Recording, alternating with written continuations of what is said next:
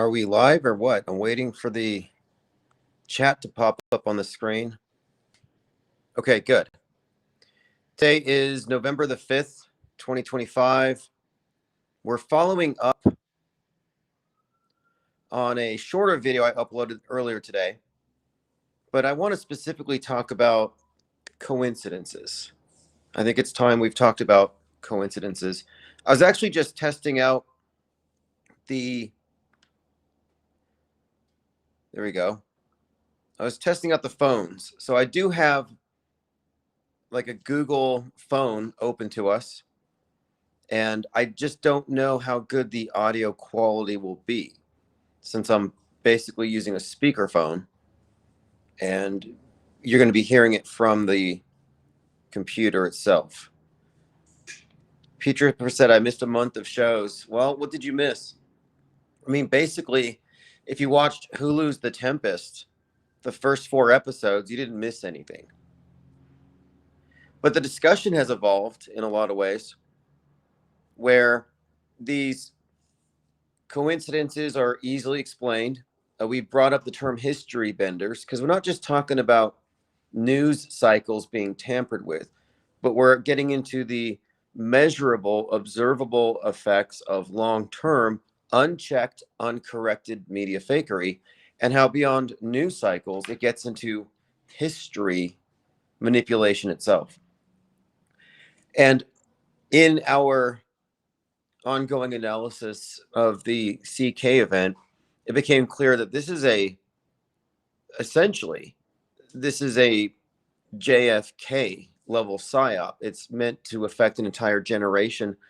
And looking into it, by all indications, it is something that was scheduled by our Psyop Entertainment Complex probably about 27 or 28 years ago, if not longer. So that's what we're talking about. These aren't controversial claims. The controversial claim would be that the media is just objectively reporting stuff in history as haphazard, and maybe they actively mess with it, but it's not proactively created. To which I would argue that every single simulated event, of which there are many we talk about, requires planning in advance. So just that alone tells you that the news bending, history bending events are planned in advance. Therefore, our history is, in fact, a proactive creation. Not to mention, it's day-by-day maintenance, or it's day-by-day continuity is only possible because of the continued recognition of the fakery of the past as valid. So it's basically the case that, yes, our history, past, present, future, is far from objective. It's a construct. Penguinati says, Mayor Zoran Mamdani seems like the type of name with a hidden acronym inside. I haven't decided, though, yet. Yeah, let's look into it. And so here's what I want to do. Let's talk about coincidences. Because some people will say, oh, that's just a coincidence. And I'm like, well, we don't disagree. It is a coincidence. But you're saying it's a coincidence with no intentionality. And we're saying these are coincidences with intentionality. And we have reasons. So let's go ahead and just kind of quickly break down the main points. So we agree these are coincidences. The point of contention is intentionality. And I'm glad we're at this point where we're talking about coincidences versus intentional media manipulation, rather than strange concepts about simulations or whatnot that really, I think, have stymied the progress of people out of Trutherville for like 20 plus years. So we're talking about intentionality. So the definition of a coincidence: a remarkable concurrence of events or circumstances without apparent causal connection. Now, the causal connection here would clearly be the media and the story, the integrity of the story, as we'll go into. And then secondly, of correspondence in nature or time of occurrence. So a coincidence would be something like New York gets a Muslim mayor accused of the right wing of being the new OBL, and then a plane crashes. A lot of these are ironic coincidences, eerie coincidences. So it may not have to be necessarily at the same time, but it's the same nature. Either way, A couple of things here. Point one, the same media that did 9/11, because if you didn't notice, 9/11 wasn't done by radical Islam, nor was it done by Israel. 9/11 was done by media. It's a movie. It's propaganda. It's agitprop. It's a historic event, a contemporary myth. It's a system reset update that we all got, but it wasn't a real terror attack.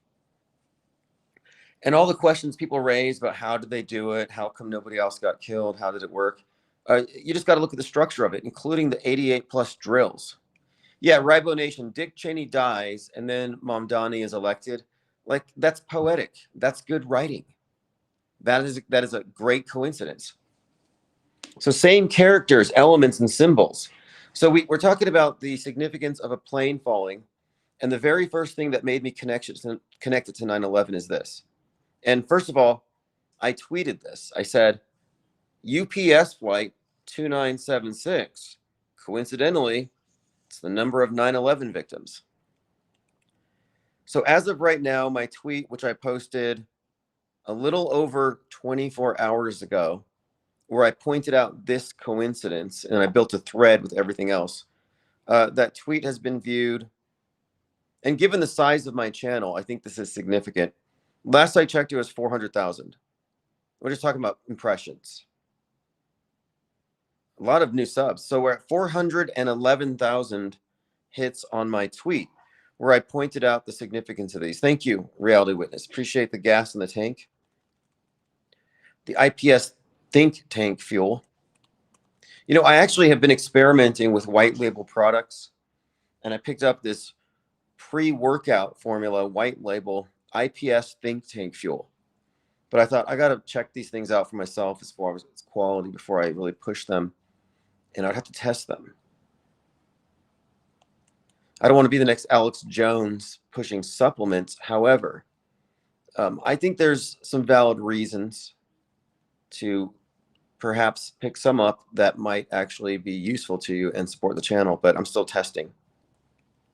So anyway, I want to talk about this. We're talking about the coincidences. So I've got eight significant coincidences. We're talking about overlapping characters. Islam's in the news, New York's in the news. The name Muhammad Ali Airport, Muhammad was the lead hijacker. The Dick Cheney as the architect of 9/11 is what we're referring to. The plane crashing partially into the building. Like, you see these rhyming elements, these coincidental elements, and how since the new mayor got in, everybody's been tweeting pictures of the Twin Towers crumbling, saying, we said never forget. You forgot, New York. This is just the worst kind of fear mongering, but it's one of these situations where it's impossible to not notice. If you're on X, you're seeing a lot of 9/11 stuff. On a day, a plane fell and Dick Cheney died. But these 9/11 things are related to the mayor. So it's seemingly unrelated. There's no apparent causal connection, yet they're all connected. So next, every single Psyop, all Psyops, and this is one of the main ways we identify them, is they all reveal their intentionality by the script, by its utility. So in this case, we're still trying to determine what's the exact purpose of it. I thought maybe they were going to say female pilot and they'd blame DEI, but they already did that with the Black Hawk that was hit by the plane during a drill. I thought maybe it was going to be a statement about capitalism and Black Friday, Amazon, climate change. That didn't quite pan out. But I'm also, and I was kind of half joking, I said, well, maybe this was some kind of send-off for Dick Cheney. You know, because what he did was so great. From the perspective of the meta-scripters, the engineers of our worldview, of our history, the architects of these major psyops, Cheney's a legend. And why wouldn't they give him a fireworks show at his exit? Like, I said that this was some kind of 9/11 themed Viking funeral performed by the Psyop Entertainment Complex, and that Cheney was probably the only passenger in that thing. And it was remote controlled, and he was cremated. There's some guy, you can hear him. He's on a bicycle with a boombox. I don't know what he's singing. It sounds like Katy Perry. He's got like a bottle of something in his other hand. Like, you shouldn't be drinking and bicycling. Maybe it's safe out here at the edge where I'm at, but all right, continuing.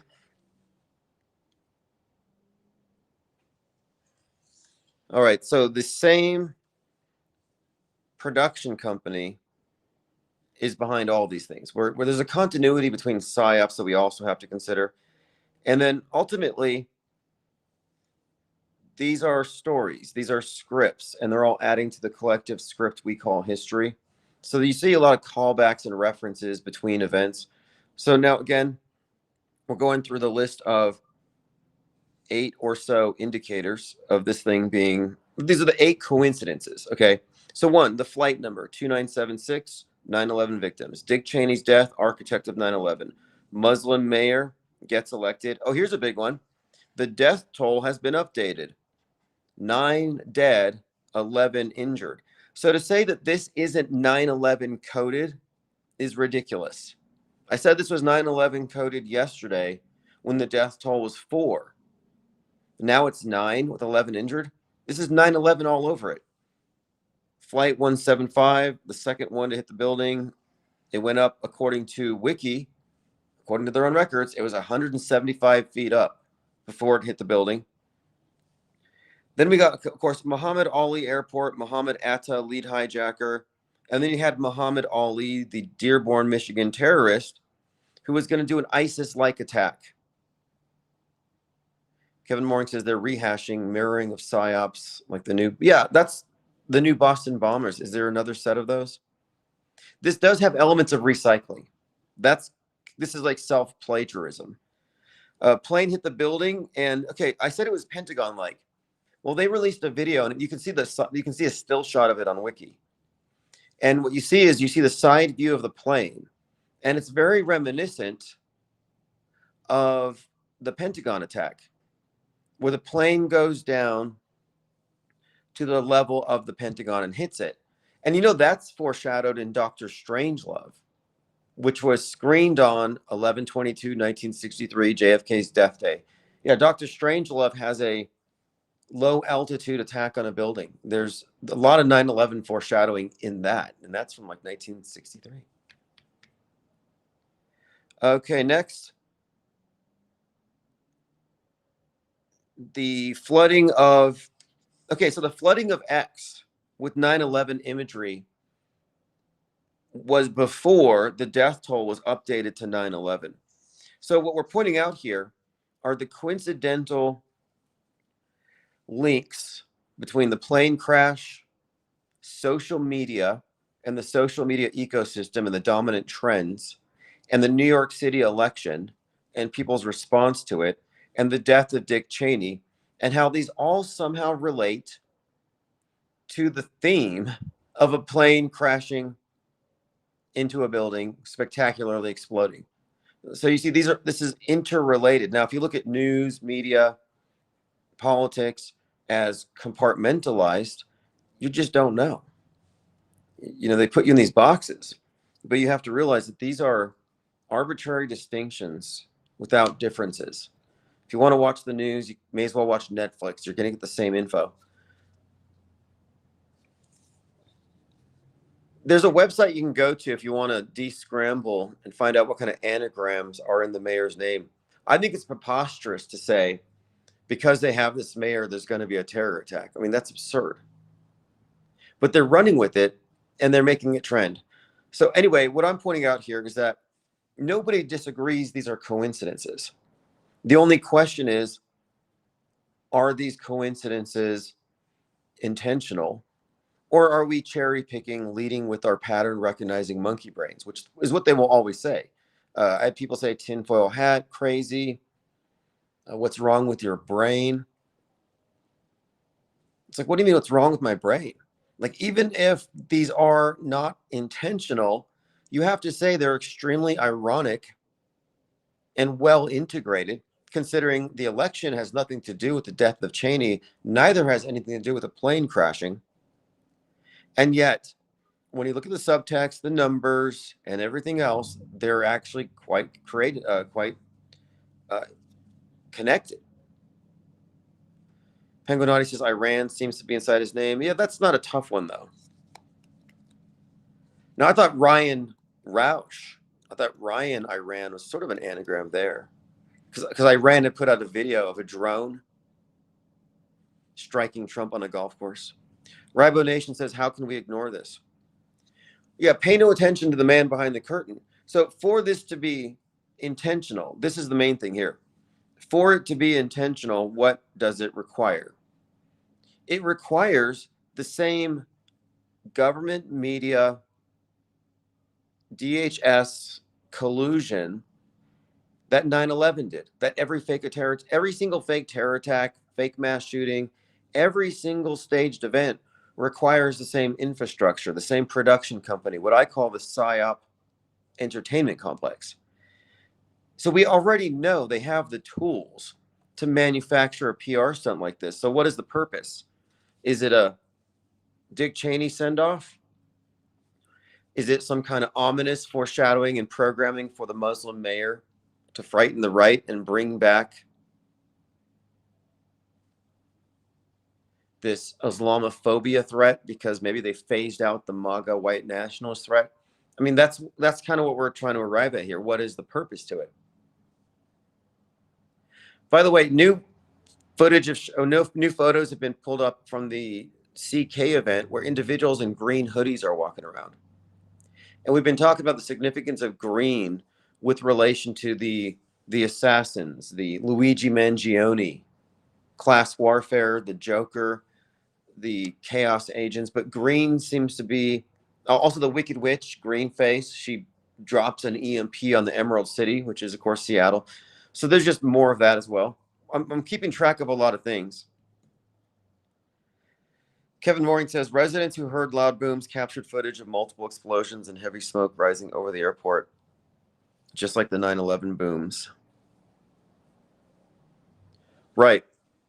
And I'm not disputing that it was real as far as an explosion. I don't think this is CGI. I'm just suggesting this is special effects. This was a staged event. And why wouldn't we conclude it was staged? Given all these coincidences that perfectly merge the story in a dark subtextual way with the mayor of New York, and then ties right in neatly with 9/11 and Dick Cheney's passing. As far as agendas go, I still haven't seen, although I'm curious to see if they're going to do what they did previously when Musk and Trump were doing the Doge thing, and they might say, lack of regulation is the cause. Donald Trump caused the plane crash. So we haven't really fully seen the impact of this. I'm just kind of glad that something spectacular happened to take our attention off of Erica Kirk. And now that the exploding plane has distracted people from her, she ought to go take some crisis acting lessons. I saw a video. I'm not sure if it's real. It looks real. And it looks like she was actually putting fake tears on her face prior to walking out on stage. King Ravana says PR stunt, pattern recognizing stunts. Well, I certainly think, okay, one, it's a PR stunt. That's a good way of describing it. Two, a lot of the people are saying that it's scripted because of the mayor coming in, that they think it's funny and ironic, if not fake. Just the fact that this guy gets in, he's been characterized as Osama bin Laden, and then a plane falls into a building. Like, I can see the irony built into it. Normies see the irony into it. But when you get into the published clues, like the flight number, the altitude, and the number of dead and injured, like 9/11, 175, 9/11 reference, 2976, 9/11 reference, like what the hell?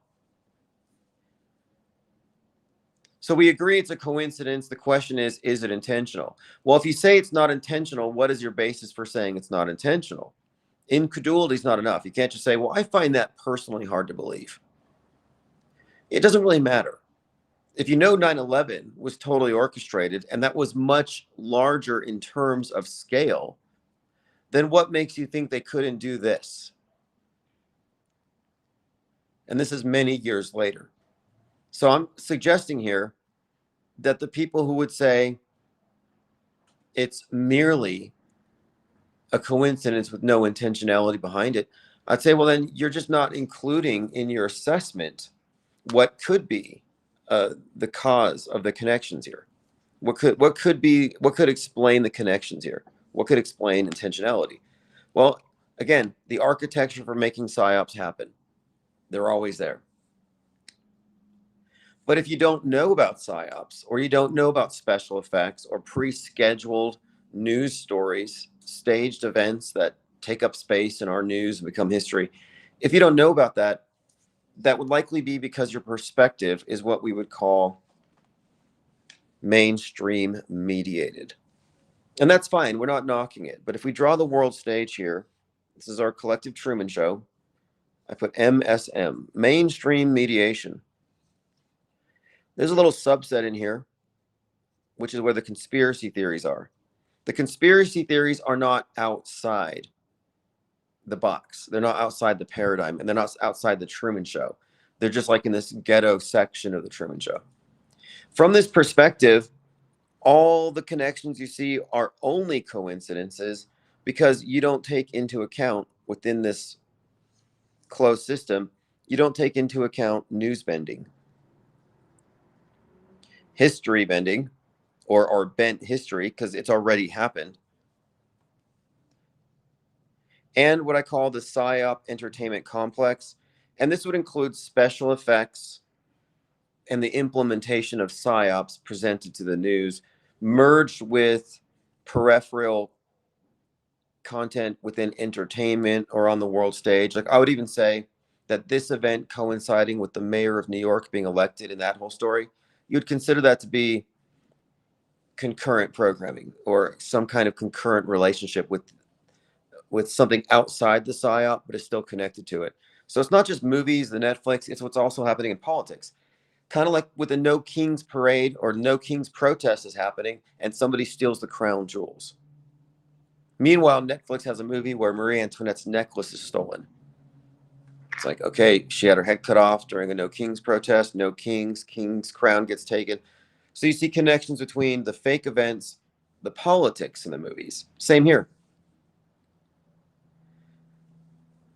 So it's not outside the realm of acknowledged, at least from our perspective, from the outside of the world stage perspective, those of us who are aware of the Psyop Entertainment Complex, who are aware of news bending and history bending, from our perspective, we don't have to only limit ourselves to these are just coincidences as a result of random chance. Because what we have noted here is that what are often apparent connections are engineered manipulations. It's very dismissive to say only coincidence without looking at everything that would suggest otherwise. So if you're going to say this is coincidence, I would suggest here that given all of these alignments and connections to contemporaneous events, I would say the burden of proof for believing it's true as advertised is back on the media or its advocates. You see, we are devil's advocates. Since we are looking at it from outside their closed system, we would be technically open-minded, open inquiry. If you're inside the box and you're questioning what we're saying about intentionality, that makes you a media advocate and you're questioning the devil's advocates. Just, it's an important key point to keep in mind here.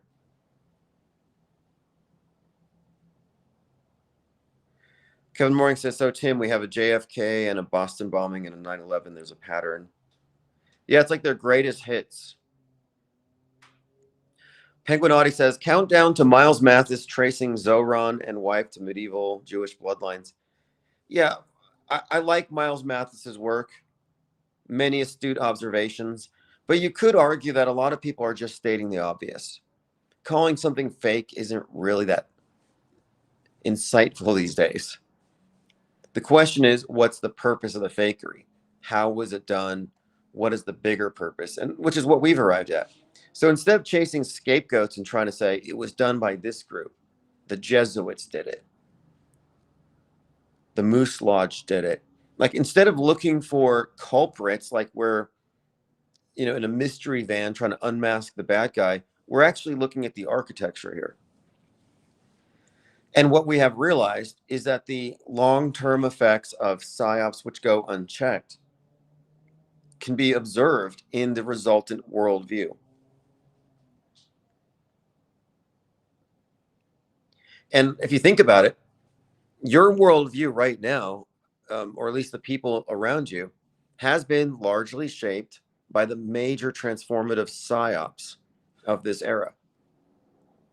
And the patterns, the templates, the procedures for implementing these, the merging of Hollywood and fake news propaganda, it's been the same as far back as we can look. I mean, we were looking at the JFK, the RFK, same thing. Hollywood's connected to it, directors are connected to it, and has every indication of being fake, as in nobody dies in psyops.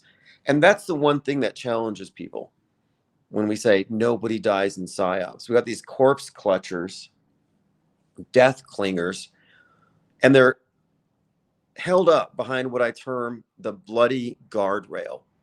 And as long as you go with the assumption that blood has been spilled, you can't get off the world stage.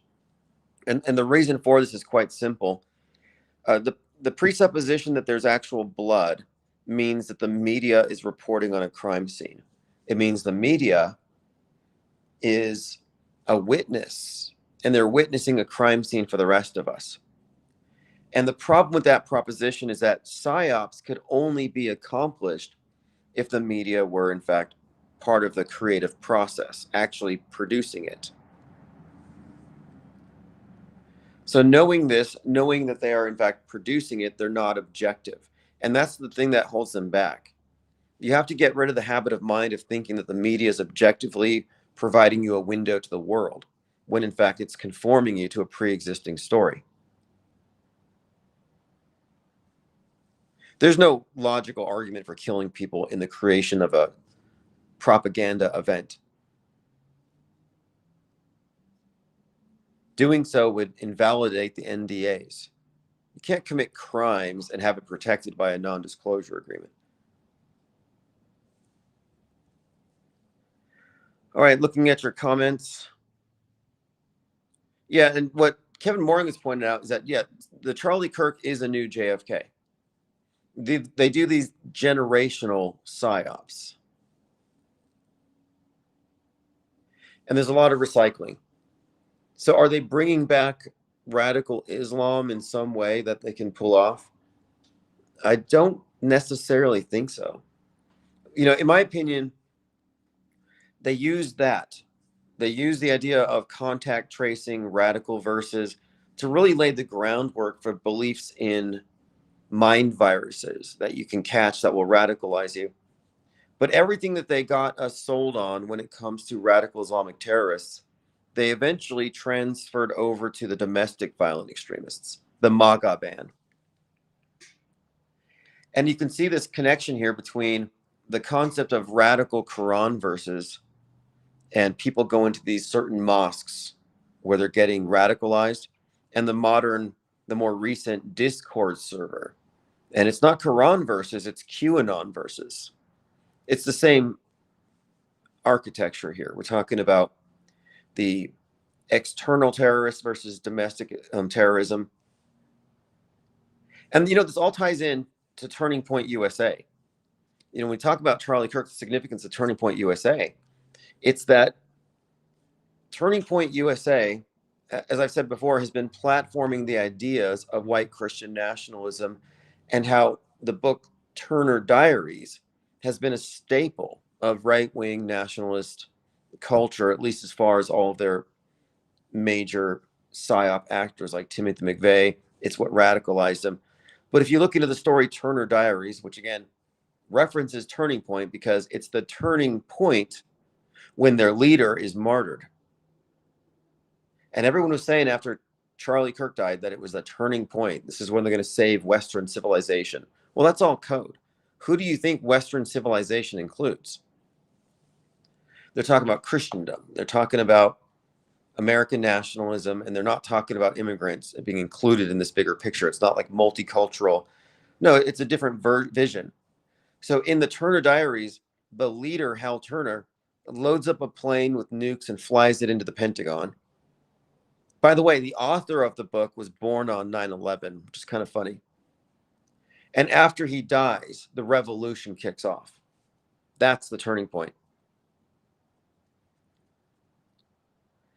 Kevin Mooring says the dancing Israelis, Candace believes they were involved in Charlie. Yeah, I think this is some biblical framing. Someone had suggested this too. She's claiming that there were 12 cell phones that were activated in Israel that were there when Charlie Kirk was shot. It's Candace Owens' conspiracy theory of the day. Anything but the idea that it was fake.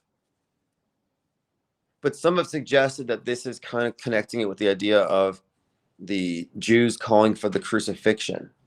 And so you have these 12 Israelis in the audience, and then Charlie Kirk gets killed, crucified. Curtifest says, Tim, you sound in great form tonight. You had a great idea about the squib. You talked about having a squib expert. Yeah, let me get into that really quick. We're discussing the idea here of putting an ad for a special effects individual or team who will, obviously for their time and the cost of supplies, demonstrate a squib.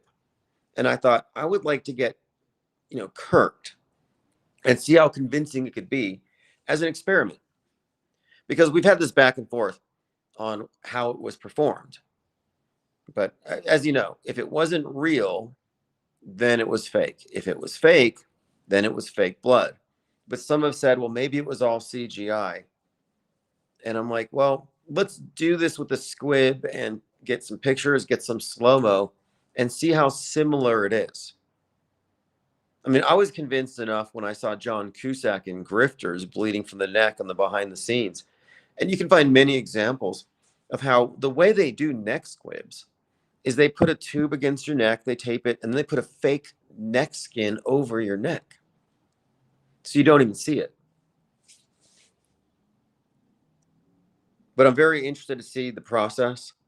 I think it'd be good traffic for the IPS anyway, because we have to get in the habit of being very much informed about that which we don't believe.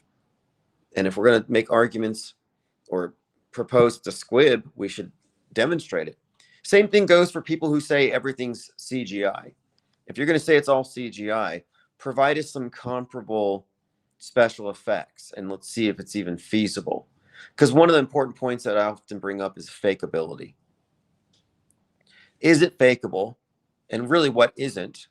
But more importantly, is it fakeable at scale? Is it fakeable in front of an audience? Well, look at magic tricks, magic shows in general. As long as you have some level of control over who can see. And we don't know how many people in that crowd were part of their rent-a-mob crisis actor traveling troops who go around and fill in these crowds. I mean, you do have crowds on demand. And what you could do if you brought in your own crowd is you could preclude the possibility of certain angles. You could reduce the number of cameras you don't control. So there's other elements too I considered. Like if I was going to run a psyop like this, I would have 5 or 6 tall people, and I'd say, hey, get in front of anybody who's recording. At that moment when Charlie touches his nose and Frank Turek taps his hat, and the other guy fudges with his arm. When you see these signs, which are very obvious from way far back, that's when you block their phones. Kevin says, squibs that produce that much liquid, they would have to have a bag of blood that was forced out. Trust me, I know effects. Yeah, that's what I'd like to know, because clearly there's a lot of blood.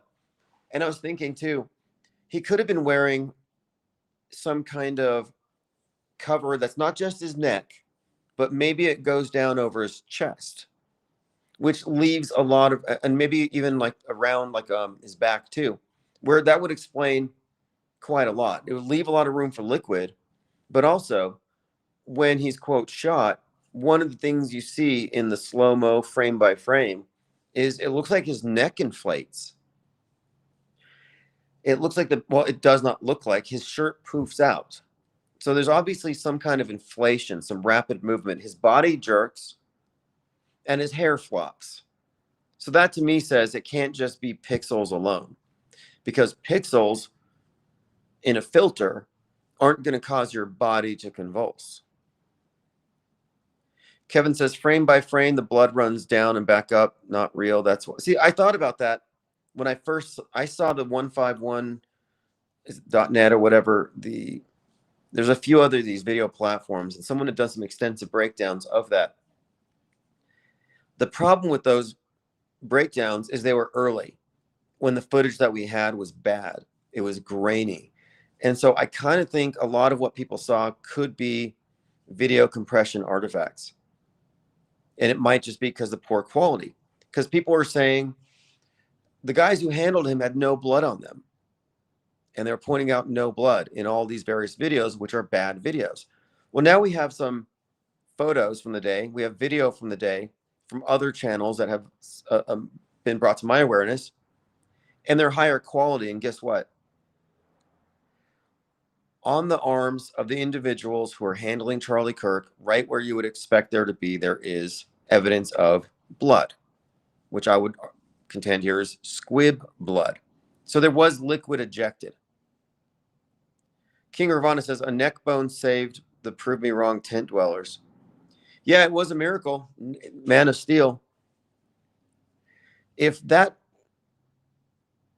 man's neck, if that saint's neck hadn't stopped that bullet miraculously, it wasn't going to stop.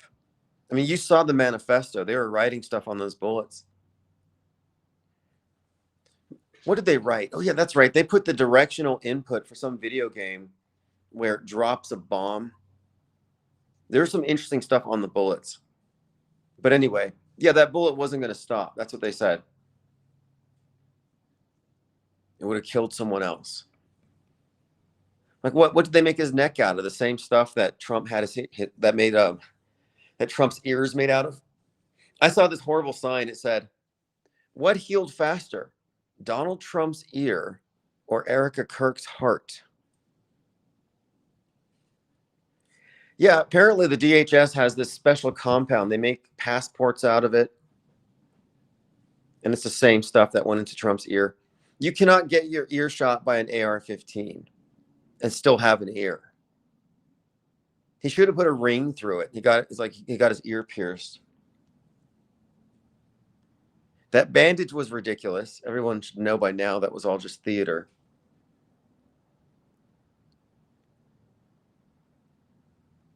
I actually think that Hulk Hogan's signature gesture where he tugs on his ear was some kind of cryptic foreshadowing for that particular event. Because remember, Hogan shows up, and this is all intriguing when you get into the weeds here with the symbolism of the Hulk, the Red Hulk, and Harrison Ford, Red Hulk, Captain America. He gets shot at while at the podium. They changed the trailer because it came out right when Trump was shot. Hulk Hogan shows up, and he says, enough is enough, when they try to shoot the president. Well, where have you heard that before? Oh, yeah, the Illuminati sniper card with Trump's face on it. Enough is enough is the title of Charlie Kirk's last video. So Hulk Hogan's up there, and he says, when I saw Trump up there bleeding, it reminded me of Hulkamania when I looked down at Trump and he looked up at me and I was bleeding. So he compared Hulkamania to Trump getting shot. And he said, now everyone's going to vote, and this is Trumpamania. So what he did is he ripped his shirt off, hyped everybody up. But so he references enough is enough, and then he makes this comparison with kayfabe Hulkamania. And the funny thing is, Trump blew a kiss at him. And I'm thinking, okay, they're both WWE Hall of Famers. What was that kiss? And I think it was simply, it's an inside joke. In wrestling, the reason why Hulk Hogan's head was bleeding is they do something called blading, where they put these little razors in their gloves or whatever, and they create these little micro cuts on their head. Not big cuts, but in the thin skin of the forehead, it bleeds easily, mixes with the sweat. Before you know it, your whole face is covered in what looks like blood. Well, Trump likely used a razor blade and cut his ear if it wasn't all just makeup. I think it was a razor blade. I think he bladed himself. The way he tapped his ear really quick. What's up, Martin? Yeah, and you care to elaborate on that? I'm very interested in seeing people's thoughts on the plane crash connection to the New York mayor, connection to Dick Cheney, connection to 9/11, and how you could explain this all as a mere coincidence, a magic coincidence.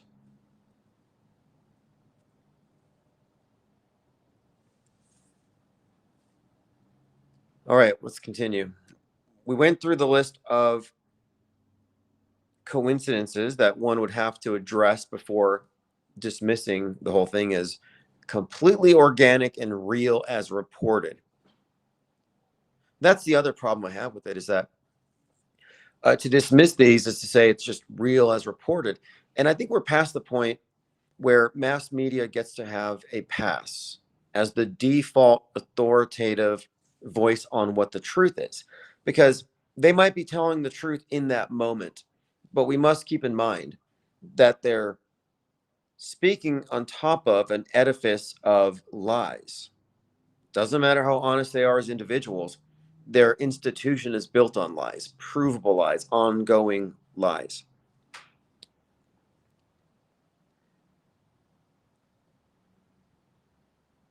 Martin Yan says, evidence is collected at the scene and analyzed. Iterating through rounds of evidence is strong evidence of a psyop. Yeah, that's true. It's like they're breadcrumbing. And we should also point out, too, one of the main hoax indicators with Charlie Kirk were deviations from standard protocol.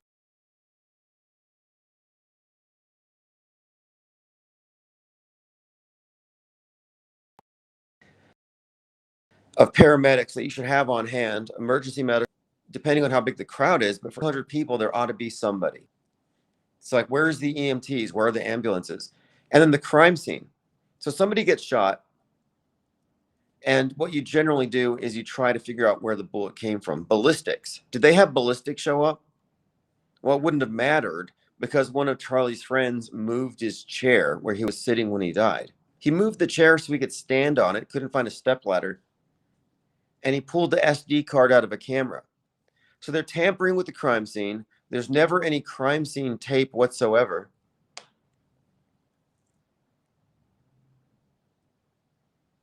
I'd still like to hear a paramedic's take on what they did, because the individuals who packed him up and threw him in the back of the truck, I'm curious to see if what they did was considered valid. Was it life-saving? Because it looks like they were just getting the actor out of the scene. King Ravana says, no medics, but green hoodie. Yeah, what's with the green hoodies? Martin Yan says they paved over the crime scene. Yeah, and the crime scene was shaped like baseball's home base, like home plate. So in conjunction with this, because we're talking about coincidences, we're talking about how every available propaganda conduit is utilized when creating these echo chambers where we're hypersuggestible and we're led to conclusions. And we were talking about the baseball player who's described as having as being a pain in the neck. Alejandro Kirk, a pain in the neck. So we were already talking about him, and the pain in the neck article has them dumping Gatorade on him, and it looks like fluid shooting out of his neck. So like that's a weird coincidence because he's in the news. He got hit with the ball, had to leave the field. So Kirk got hit. Kirk's a pain in the neck. So we're already talking about this Kirk thing, and we're like, are they using baseball and using this particular player like they did Charlie Sheen to blast the name Charlie out on 9/10 with associated ideas of a sniper, JFK, etc. Comeback tour, versus the America Comeback Tour. So we're just suggesting here that baseball might just be another conduit for Psyop reinforcement propaganda. And having looked at the Alejandro Kirk and the surrounding info, it's like, yeah, it seems very likely that's what they're doing with him, especially when he got hit. And the way the headlines were like easily pertaining to either individual, Charlie or Alejandro. But what really made it stand out as likely the case is the end of the game when his bat breaks and they leave it on the field. So he's at home plate looking like where Charlie was, of course, the home plate thing. Guy named Kirk, and the bat breaks like right on its neck. So you got a bat there with a broken neck on the ground. Again, fascinating coincidences if that's what these are. But when I bring up Erica Kirk these days, it's mainly to emphasize that we have a unique opportunity here. Because when it comes to Psyops, you see it, you talk about it, it moves on. But the Charlie Kirk Psyop happened on 9/10, but it's ongoing because it now has changed to Erica Kirk. And her recent dalliance with the vice president, the accusations of faking her grief, these are all part of her scripted entertainment counterparts in Heads of State, in The Tempest, and obviously Snake Eyes. But the point of it is, the fact that she is still playing a role in front of all of us that we are already acquainted with tells us that these are not coincidences, whether it's in the movies or the baseball field. Ribo Nation says New York Yankee manager Aaron Boone is the one that described Kirk as a pain in the neck. Conscious Reality says Utah State Fair started on September 10th. And that's when the bread and circuses really amplified. I mean, we were really inundated with Psyop after Psyop, and they went from largely racial stuff after Sinners. And then we got into the No King stuff, which No Kings, by the way, is right out of the madness, the class warfare narrative. Then we had a lot of neck wound stuff. I mean, when it comes to the neck wound, like it's everywhere. It wasn't just Kirk and the movie with Charlie Kirkland, Snake Eyes, and The Tempest with the neck, and Heads of State with the neck. But it was also Ryan Routh trying to stab himself in the neck in court in the exact same spot. In the exact same spot where Charlie got squibbed, that's where the pencil was pointing. And then there's a movie that just came out called, or a show that's out called Americana, where someone gets shot in that exact same spot of the neck. So here you have a coincidence of the location of the injury, but also the theme, shooting Americana in the neck. Well, what did Charlie Kirk represent with America Comeback, with Turning Point USA, with MAGA? Nostalgia, Americana, turning back to when America was great again. So what happened with Charlie Kirk is they shot Americana in the neck. So you have a TV show, Americana, shot in the neck. So these are repeated themes. Many of the themes or the elements in the predictive programming leading up to the Charlie Kirk thing and the concurrent stuff, it all contains the date, September 10th. It all contains a storm reference, as well as the name Kirk, as well as the name Tyler. Conscious Reality said that something happened on November the 4th.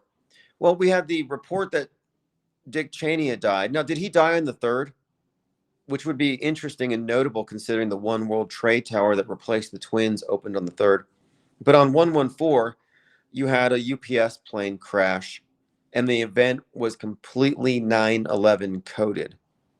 If you go to IPS.monster, subscribe to my newsletter, or if you get on Patreon, I uploaded a 15-minute video today describing the 9/11 code built into that accident, alleged accident. What I'm working with now is, building up this 24/7 stream. And so what I'm going to be doing periodically throughout the day is I'll be pre-recording 15 or 20-minute clarification videos on any one topic that we will elaborate on later. And then I'll schedule them, I'll blast them. Kevin Mooring says, why does Candace have a menorah in the background of her show? I don't think that's what it is. I think it's something she got from the Catholic Church. because the woke right all went Catholic. And then she's got the Candace Investigation Agency. That's her CIA. Her merch. She's got to sell merch because she's getting sued by the Macrones. She's got to pay for that with her Shopify sales. Give me a break. Like, her husband's not worth $150 million. Everybody should know by now that she's an agent provocateur, and she's very well aware that Charlie was squibbed. Like, she's not tricked. She's not fooled. She's not out of the loop on this. Nor is Erica, nor is Donald Trump. And that's why they don't want us talking about this. They're fine with you talking about who did it. Ultimately, Netanyahu did it. They don't care what theory you concoct to explain who did it. They just don't want you to say it wasn't done. It was a manufactured historic event. They don't want you to go there because it implicates people you can point to and name.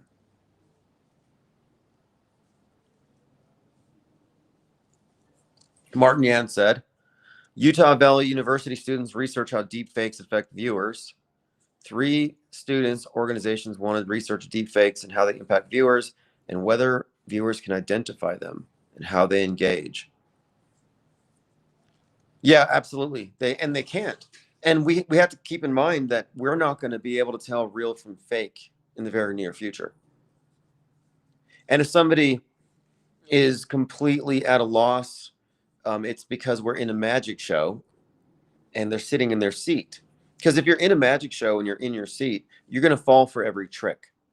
If you're in front of the screen, letting the info be curated for you, you're going to arrive at whatever conclusion the magician wants you to arrive at. But if you want to know more, you have to get out of your seat. You need additional information. And when it comes to psyops, we will not be able to, and I don't anyway, rely solely on the visual content to call it fake. Like, nobody out here can tell me that plane crash looked fake. Well, that's your opinion. There's no metric, there's no standard, there's no detail you can point to. That's a quote smoking gun. And we shouldn't expect there to be. The determination as to whether it's staged or not can be done blindfolded. I've been talking about the blindfolded skeptic. All the coincidences and the relationships between that event, Dick Cheney, the mayor, the public reactions, and how integrated it is and how it ties into 9/11. Yeah, that list of connections and hoax indicators could be read to you in a dark room, and you could reasonably ascertain whether it was real or fake. No need to refer to video content because seeing is believing isn't good enough. Nicotrama said, so he died on 11/3, of course. Yes, 11/3 is a very significant date. One World Trade Tower is one of the main ones. Kara says, I think it's fake, but I think it's fake for a reason. I think the idea was he was being pressured by people to be true, and they decided to take them out, and this was done with politics. Well, that's a great example. So the idea was Charlie Kirk what became inconvenient because he was speaking too much truth. That's the accepted conspiracy theory version. All of the conspiracy theories about how he was killed all relate to the fact that he was going to take the most influential political action committee in America, which has tremendous influence with the youth, and he was going to turn them all into gripers. He was going to turn them all into Nick Fuentes. He was going to basically turn his back on Israel and put America first, and then likely become a Catholic. That's what they were saying. And what I'm pointing out is that that's the story that's part of the script. One of the TPUSA supposed whistleblowers claims that Erica Kirk was connected to somebody who's connected to the Iron Dome, Israel's missile defense. And that's right out of Snake Eyes, by the way.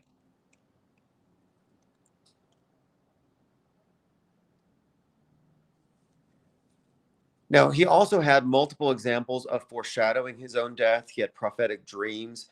And Candace Owens will never suggest he's not dead because she claims that his ghost came to her and woke her up and said he was betrayed by TPUSA.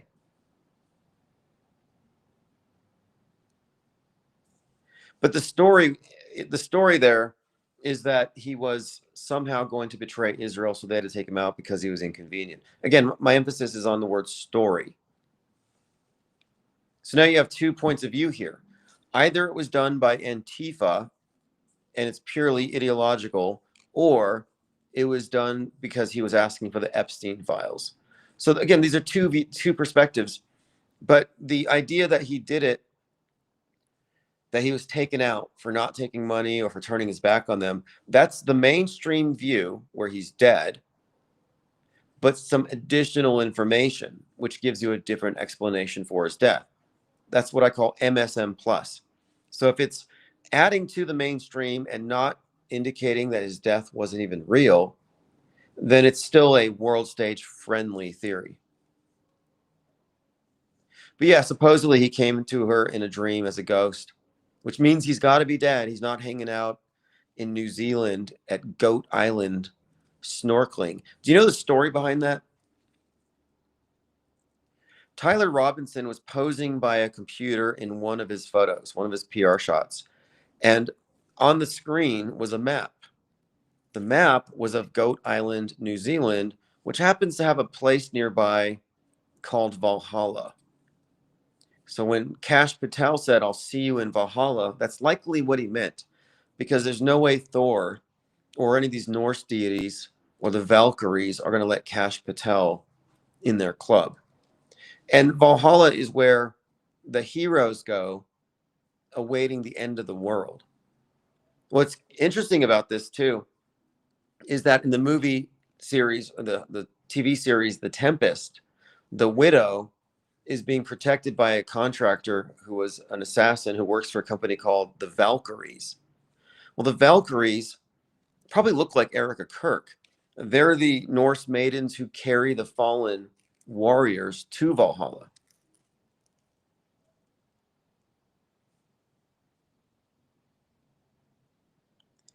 Kevin Mooring says, notice how Candace has all these old tweets and texts from years ago. Yeah, well, another point here too is that these people are part of a clique. Everything they're saying is script. Everything. All their interactions are a part of this ongoing story. These aren't organic relationships between these people. I saw some scandal with Turning Point USA involving the guy named Tyler. I'm not going to get into it. We've already talked about Ollie Alexander and the Groypers and all this grooming going on the right.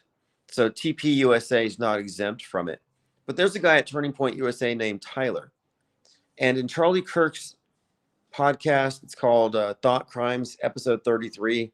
He's on Thought Crimes, and he's talking to Tyler. So again, Charlie and Tyler.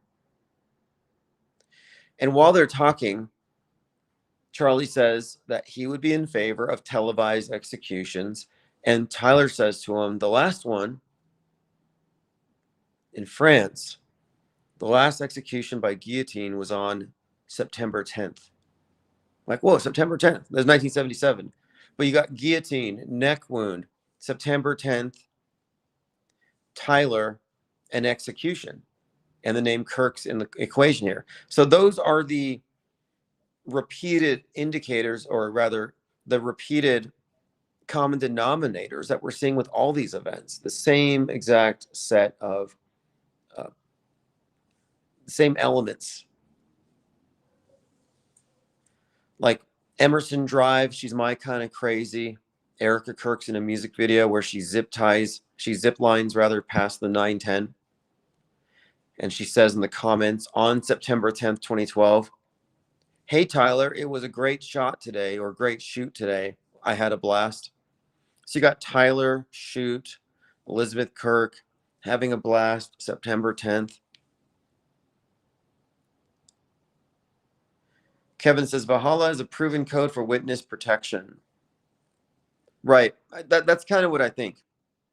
I think what we're looking at here is some kind of inside reference, but I'm just pointing it out because Valhalla is an unusual reference to make, and it does have some connection with this place, which people have pointed out. I mean, that's just conjecture, but the Hulu show The Tempest made a mention of the Valkyrie group. I thought Valkyrie, yet another relationship here between the two. Erica Kirk was literally called the Storm. No, Charlie wouldn't be a witness against anybody. We're just suggesting here that if you're an actor in an event and you're not really dying, you're obviously going out of sight, out of mind. And if you didn't know, Kash Patel said, "Charlie, I'll see you in Valhalla." And people thought that's a weird reference. And Tyler Robinson is posing in front of a map of a place in New Zealand that has a Valhalla in it. So people connect these dots pretty quickly. And they just suggested maybe he's there snorkeling at Goat Island, which is what it's known for.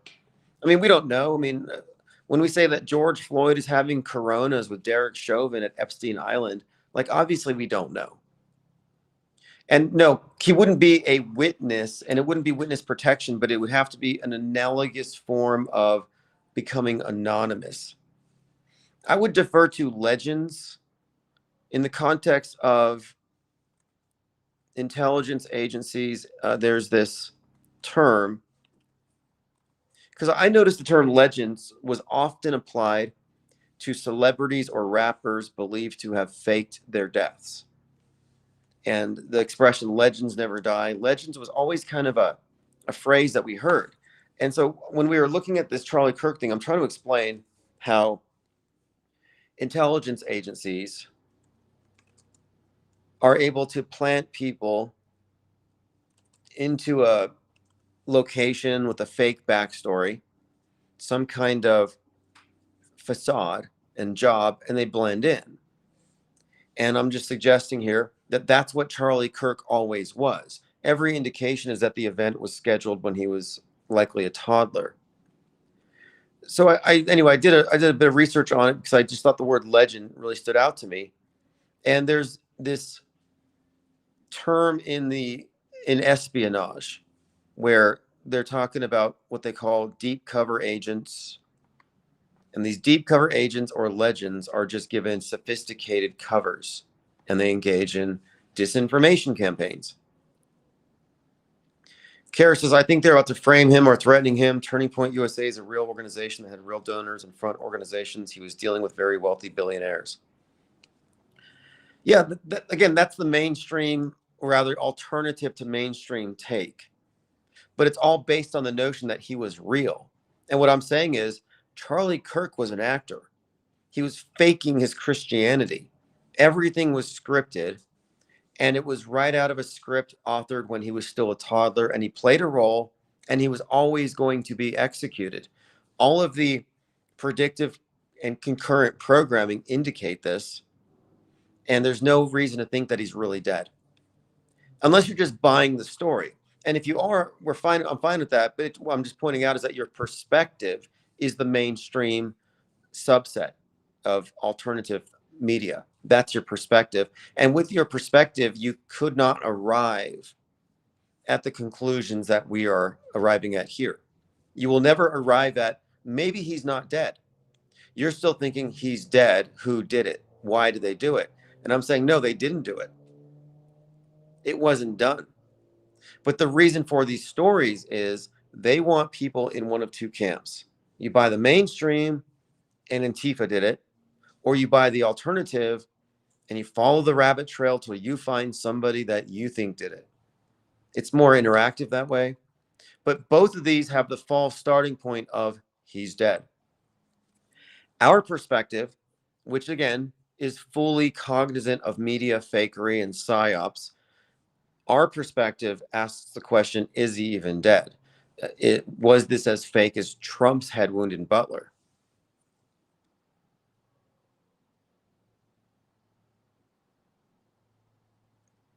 So yes, Turning Point USA was a, quote, real organization, as politics are, quote, real, but they're also existing in the fictional universe where 9/11 was a real thing. In the fictional universe where every single psyop, including mass shootings, are real. So you're interacting with a fictional universe in addition to these starring characters within it. Park says legend, early 14th century, narrative dealing with a happening or an event. The Old French legend and directly from medieval Latin, legend and story. Yeah, it probably has the same root as like legacy. And what I think we're looking at here is essentially a glorified crisis actor, a composite, a character that was made for TV, made for public consumption, a provocateur, going to college campuses and trolling the left, a provocateur to help foment the illusion of Antifa. So he's a controlled opposition agent. He's no more innocent in any of this than Erica Kirk. And she's an obvious deceiver.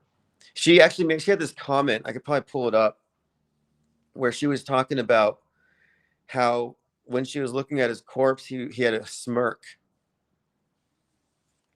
He had a smirk on his face. And she said it's because he knew that they got his body, but they couldn't get his soul, or something like that.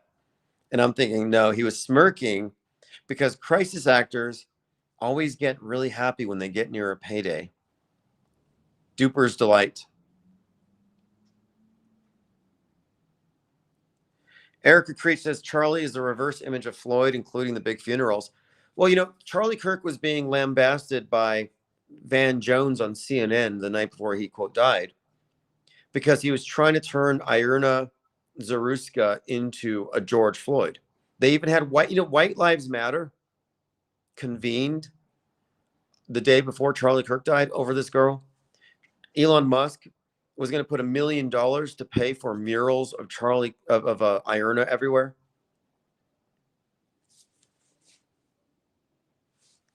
And at that time, they were saying, and I pointed this out back when Austin Metcalf was fake killed. I said, look, you got this Jake Shields or whatever his name is, the guy from January 6th, trying to get the father to agree that this was a racial thing. And they were trying to turn Austin Metcalf into a white Trayvon Martin.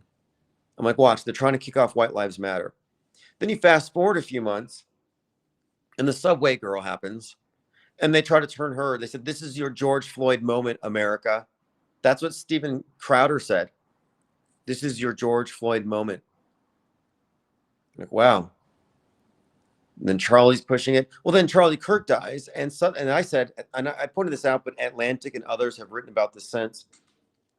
When Kirk got it, I said, this is going to be their George Floyd. And I can explain it quite simply because it makes sense if you look at it in the context of the political horseshoe. How each one, according to the fringe specifically, is a martyr of their respective oppressors. George Floyd was a martyr by the oppressor being systemic racism. Charlie Kirk is a martyr. And who took him out? Israel, the oppressors of the far right, the woke right. So the woke right, the woke left are both built on this oppression, that there's a world domination. They just disagree on who's dominating the world. But now each side has a martyr to prove that they're right, to vindicate their belief about their oppression. So I'd made this connection, and then I'd noted that Charlie Kirk and George Floyd have the same birthday, October 14th, which is, we're talking about this duality and these intentionally created polarities. They won't be reconciled because they're so diametrically opposed, where Floyd is a saint to the left, a villain to the right. Charlie Kirk is a saint to the right, a villain to the left. It's a bifurcated psyop. Everything is split down the middle, and this is no different.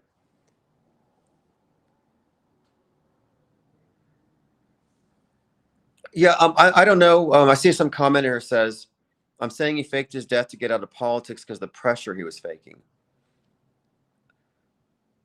I would say that's not feasible, because the basis for claiming he faked his death is not the visuals of it, but the entire surrounding circumstances. And you're citing the mainstream and alternative news, the alternative news explanations for why he would do it. But that does not explain the predictive programming. It does not explain the concurrent programming. It does not explain the evidence that this was scheduled to happen at least as far back as 1998.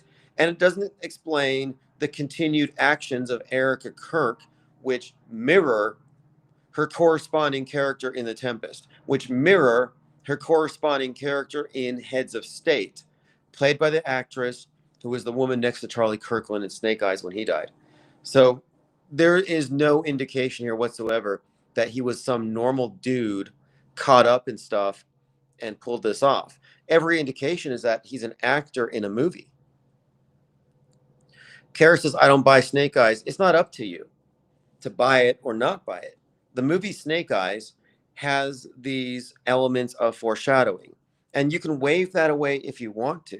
However, if you haven't seen The Tempest, if you haven't seen Emerson Drive, if you haven't heard Charlie Kirk talk to Tyler about the execution on Human Events, episode 33, if you haven't seen Heads of State, then you don't have enough information to, you said hyper dot connection. I'm saying you're not making any connections here. You're taking your propaganda from alternative media sources. You're taking their alt narratives. You're taking the approved conspiracy theories. What we're pointing out is that this has every hallmark of being a completely staged event, complete with concurrently released content on the same day. So think about this, and this is on you to explain away if you want to think that he faked his death to escape something.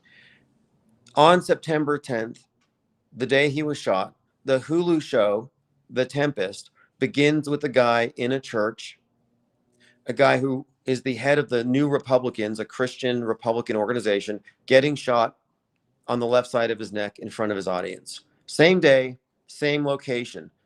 Charlie Kirk was there in South Korea days before that happened. But not only does that scene perfectly align with what happened on September 10th, but the widow takes over his organization. The widow fake cries to win his constituency. The widow is then accused of faking her grief, of being behind the plot to take out her husband. My point is,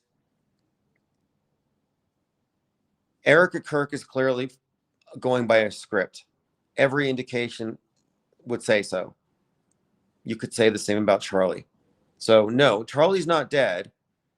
And no, if he was going to fake his death, he wouldn't have done some kind of a elaborate stunt in front of everybody that would necessitate collusion with media, everybody around him, the police department, the university, the ambulances. J.D. Vance. You think J.D. Vance would think that that J.D. Vance would be out of it? That Erica Kirk and Donald Trump, they're all part of fooling the world so Charlie Kirk could get away from some bad guys? No, that doesn't make any sense. This isn't hyper dot connecting. This is assessing the available facts. And if your conclusion is reached without any of these additional facts, including the predictive and concurrent programming, your opinion isn't informed enough. It's what I would call an MSM plus opinion. Entitled to that. People can have their opinion. The facts that are outside of a point of view completely undermine the premise that he was assassinated or that he was even a threat to the system, that he was a threat to anybody. Because that's all built on the world stage's stories, that he was some kind of truth teller and that he was going to break ranks with the secret controllers of the government. Like, that's all story. But again, you can believe what you want. Most people believe that he really died. So if you're not in that camp, you have no business like LOLing me, like LOL, you're funny, you're crazy. It's like, no, you're just as crazy as I am. We're all mad here. If you're saying he's not dead, you're mad. You're fit for a loony bin, according to mainstream. So let's not eat our own. But the fact that you don't have enough information is on you. I could recommend my blog. Go to timosmond.blogspot and look at the evidence in support of what I'm saying. No, I don't think she was trolling, but she's a mainstreamer. And what you have to recognize here is that we all have our perspectives. The mainstream perspective is the same one you would get if you went to Wikipedia. It's the same one you would get if you ask ChatGPT an answer to anything. Their default opinion is mainstream because it's constrained by the information that they're allowed to assess. The information that we have in our assessment has all their crap, but additional information which invalidates it. So she doesn't have the perspective to arrive where we've arrived. But instead of asking us, or instead of becoming more informed, she starts cackling, dropping emojis, and calling us crazy and getting triggered. But that's what you expect. When you challenge a believer, they get triggered. I don't get triggered because I'm not a believer. I see a plane falling from the sky and blowing up and hitting a building, and I'm not like, oh no, tragedy. I'm like, what are they doing now? Is this even real? I have suspended judgment habitually for so long that I don't automatically react. You can't trigger me. But you notice that people who are invested in their beliefs get triggered because beliefs are insecure.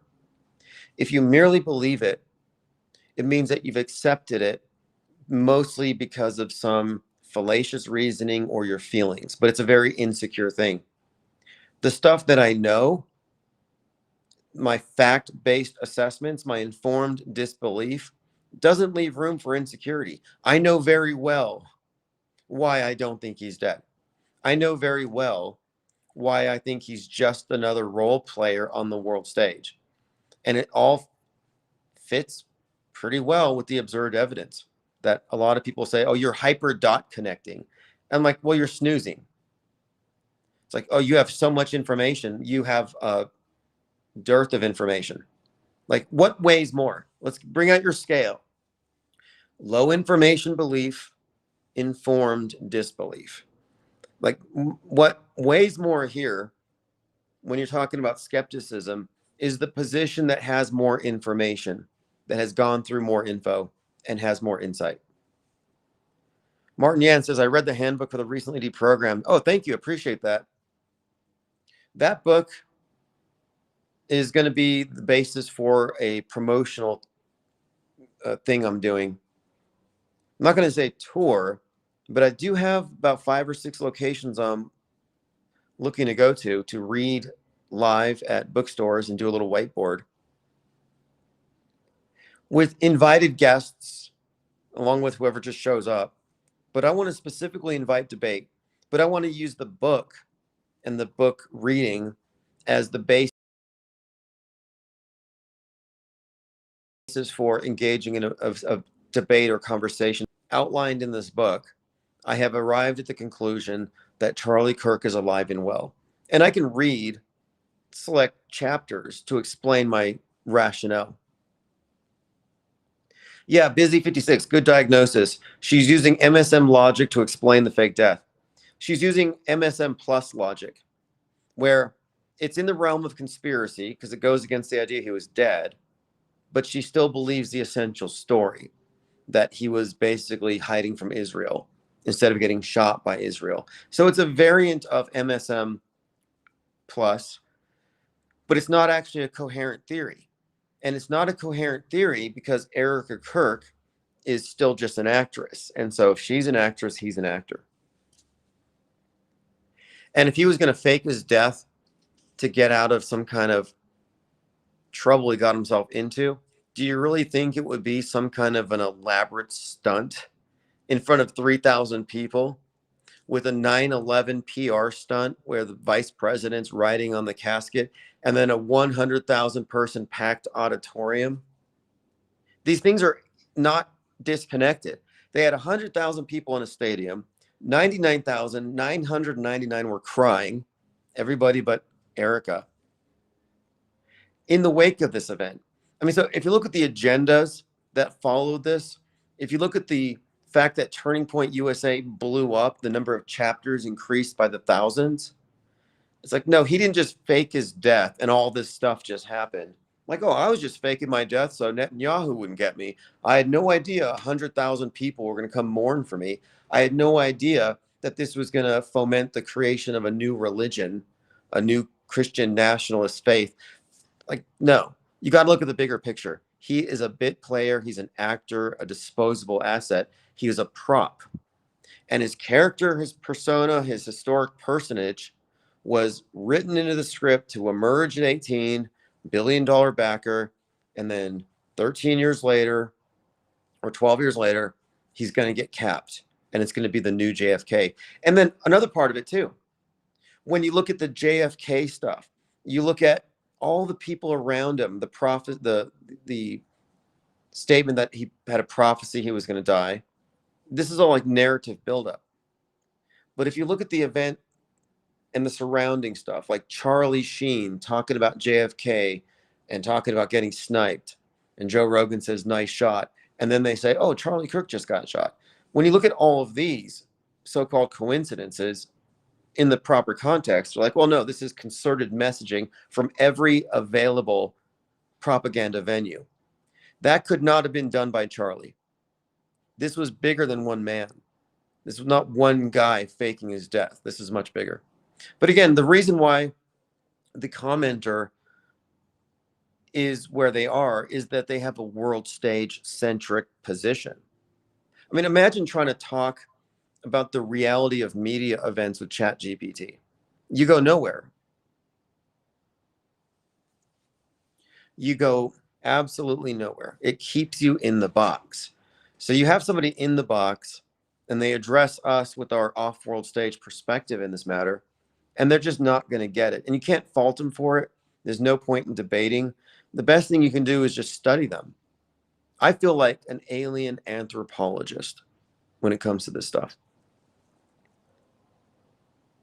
You can study them because it's useful to understand believers, because what we have done is we have fomented a culture of disbelief. We are non-believers in what I say is the state religion.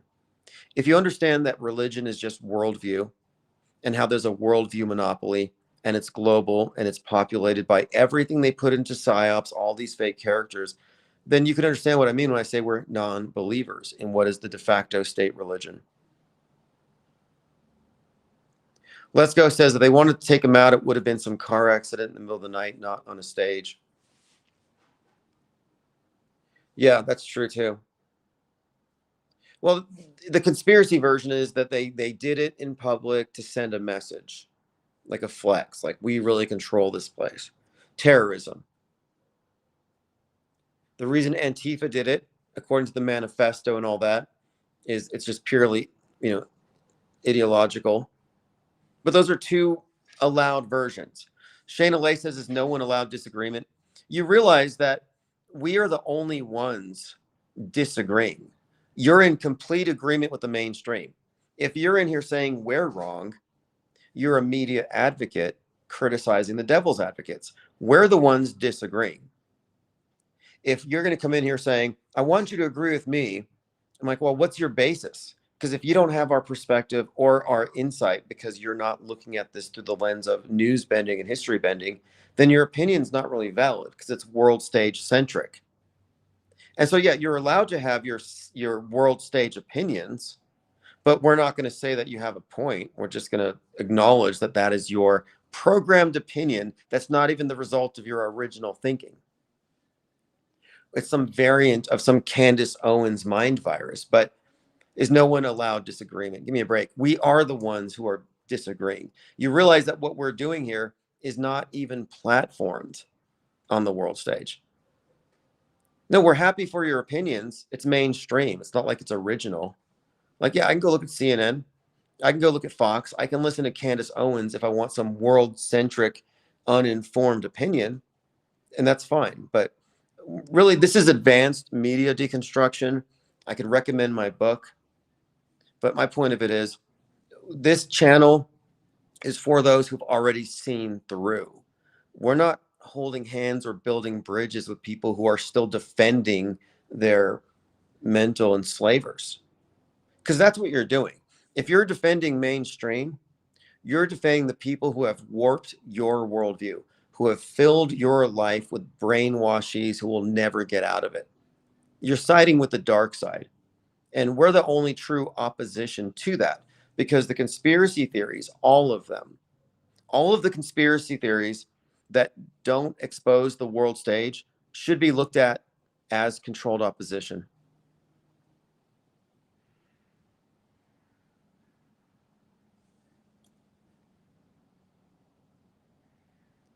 Let's Go says, disagreement is not parroting the media by all means. Exactly. Exactly. Because I mean, I used to have people say, well, what if you're wrong and what if the media is right? I'm just being a devil's advocate. I'm like, what are you talking about? I'm the devil. You're defending the mainstream church like some T cell trying to protect the system from a mind virus. Like you're defending your captors. You got Stockholm syndrome. We're actively deconstructing and torching the entire infrastructure upon which this world stage rests. And you're out there trying to throw water on our fire. It's like, it's not going to really help. Busy 56 says, I'm just giving my opinion, which happens to be the same thing projected onto Plato's cave. Yeah, that's what I'm saying. You have to identify them as mainstream advocates, propaganda mules. Like if you're in here saying, you guys are connecting dots, I think it happened for real. It's like, yeah, you and 8 billion other people think so. Do you want a ribbon? Do you want us to give you applause because you arrived at a programmed opinion and you see people who've diverged from that and now you're trying to patch it up, correct them? Are you sure you don't want to listen to your media betters? Like, no, we're a little past that. And what we really aim for here anyway is quality over quantity.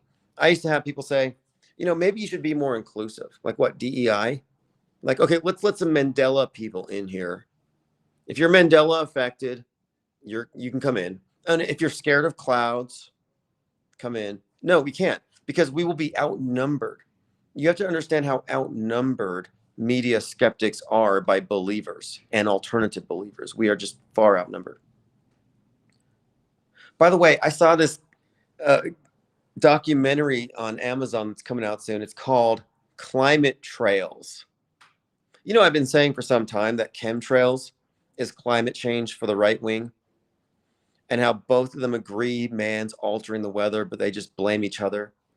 So chemtrails alter the weather, and it's being done by the left and the secret government. Climate change is destroying the weather of the earth, and it's being done by capitalism, the free market, and the right wing and Republicans. So it's another one of these bifurcated psyops, just Hegelian dialectics. They agree on the central premise. Well, now there's this new documentary, and it's chemtrail people, but they're calling it now climate trails. That's synthesis. That's long-term mind control. They got the pro and the anti to agree on something major here, and now their terminology, climate change, chemtrails, is now climate trails.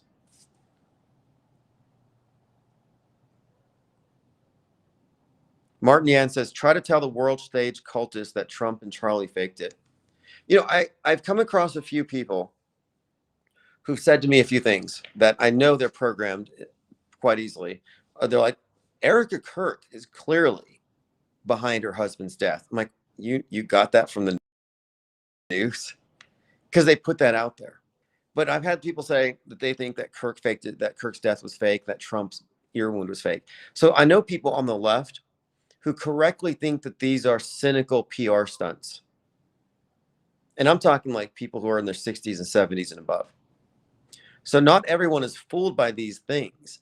The problem is seeing through an event in isolation, but putting that in the context of the world stage point of view does no good. You have a fact, you drop it into the sea of irrelevance. Now it's not a fact. Now it's a fact, but it's in a world of subjectivity. Point of view is what actually matters here. And you cannot have a point of view that doesn't include media fakery, news bending, long-term history bending.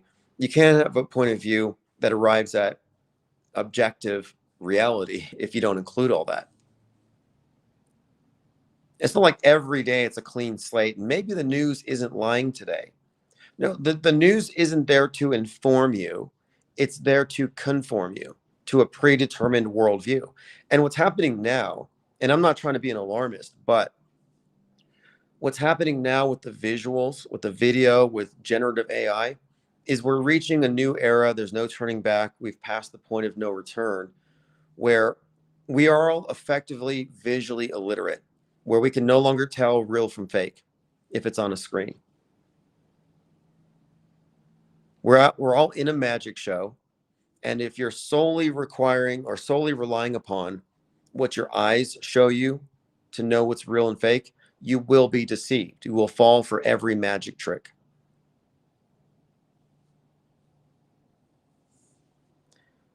Commenters mad. Yeah, look, you might want to go catch Fox News or something. I mean, like I'm saying, this isn't confirmation bias. We're going against the collective confirmation bias that the mainstream media and alternative media, that duopoly, actually accurately reflects reality, which it does not. But I'm blocking because we don't really need that kind of contention. Like, we're not debating mainstreamers.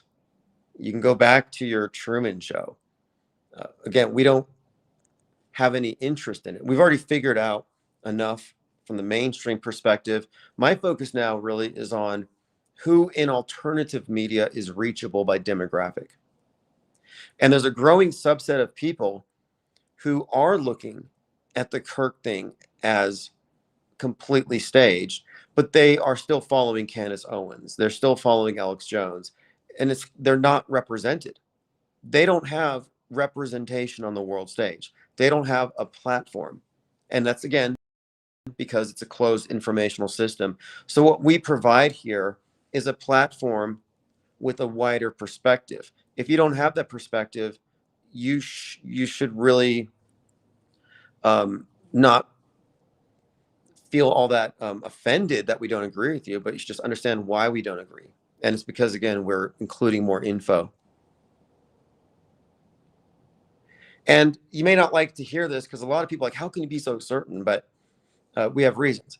But the fact of it is, we're right. We are actually right about this. We are correct in our assessment of what the conspiracy theorists have always got wrong. Since 9/11 and maybe even beyond, before that, the common framework for alternative was it's either real or it's real and somebody else did it. It's a false flag. So false flag theory and the mainstream present a false dilemma. It's like a false choice because either one is wrong. And that's a habit of mind. It's an orthodoxy. And we've had to kind of break that mold. Good One Day says, explaining tracks in the sky as contrails. I don't even go there. I mean, I can, but I wrote a book on it called The Chemtrail Hoax. I would suggest reading that because there's actually zero evidence for chemtrails. And condensation trails are a well understood, repeatable phenomenon. But here's what kills chemtrail theory. This has killed it. I nailed the final nail in this coffin. And if you're going to say chemtrails exist, you actually have to deal with this particular fact. Nobody, but you cannot predict chemtrails. You can't say next Thursday there's going to be chemtrails, but on Saturday there will be none. You can't make that prediction. You don't have a model. You don't have rigorous, you don't have any sort of like observational data that has some kind of standards that you can refer to. So you actually can't make that case. You can't predict chemtrails. However, you can predict condensation trails easily. And you predict them based on climate, altitude, and known flight paths. And then you can determine, based on climate, whether or not they will be persistent and whether or not these anthropogenic cirrus clouds might result in sky cover, if they might spread, if they're persistent in that way. So the fact that you cannot predict chemtrails, their occurrence or non-occurrence, but we can predict condensation trails or their non-occurrence as far as being persistent, means that your model doesn't work. Your model is false. And if it wasn't false, somebody would have proved it by now, and it's been decades. No, I would just say it's a superstition. And the reason for it is this: you're not a chemtrail believer necessarily, but you're an anti-geoengineering. That's the real agenda. They want you to be an anti-geoengineerer. And that's a whole other mess, because geoengineering to the right represents weather modification, science fiction level stuff. But in truth, geoengineering consists of largely untested hypothetical solutions for combating climate change. Hypothetical, not even real tech, not even real weather modification. So the term is misused. But when you get to the bottom of it, when you scratch the surface, you find that behind the chemtrail theory is the agenda to make you an anti-geoengineering, which makes you the right-wing version of the climate change activist, like Greta Thunberg. And what's funny too, and this is a consistent pattern, the people who think that there are such a thing as chemtrails don't believe in climate change. They laugh at it, like, that's preposterous. Man can't change the weather. But then they believe that man's changing the weather.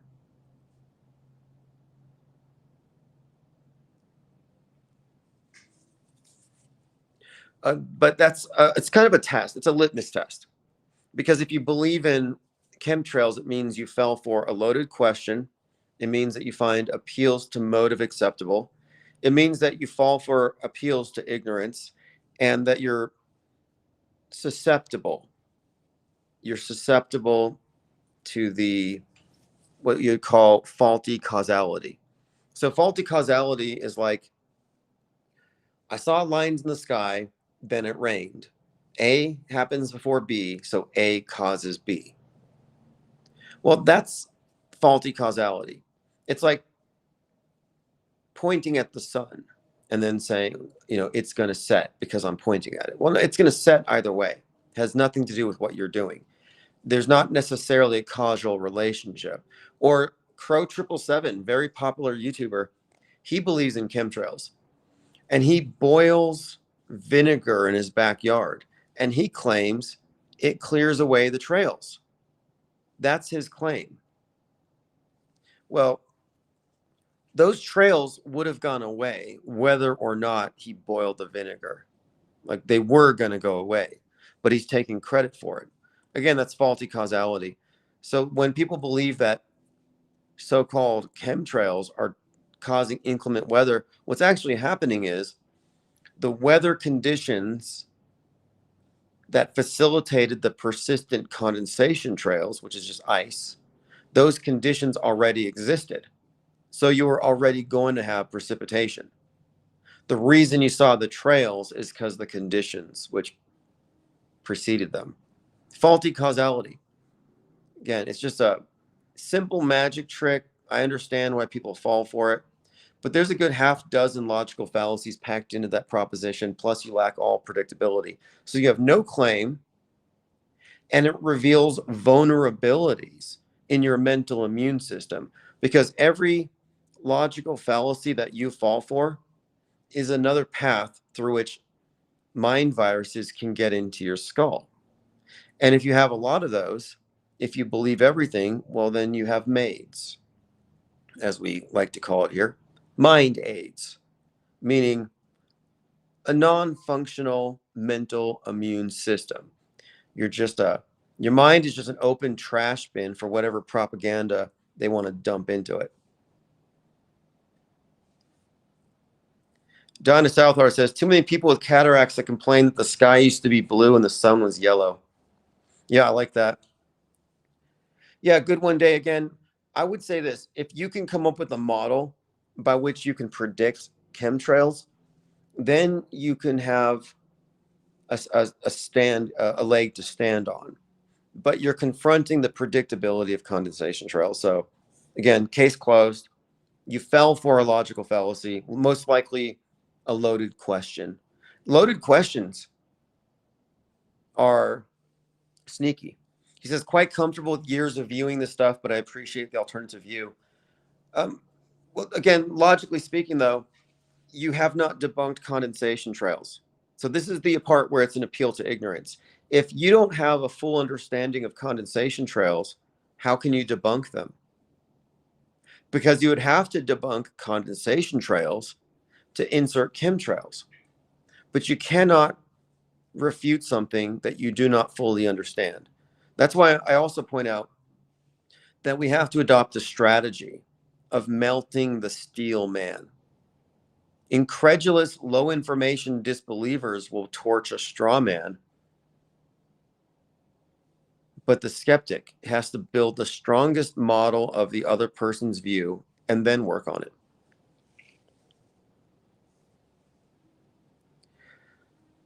I have a number if you want to try calling in. I'll put the number on the screen. It's 505-510-4226. We'll see how it sounds. I'm going to have my laptop out. Google phone is on. And we'll see if they can understand you. Hopefully it sounds clear. Good One Day says, I'm not out to debunk or prove anything. Sure.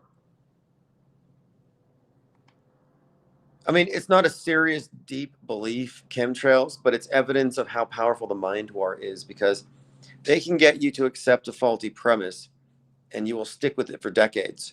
And then you become impervious to additional information or inconvenient facts. The fact of the predictability of contrails.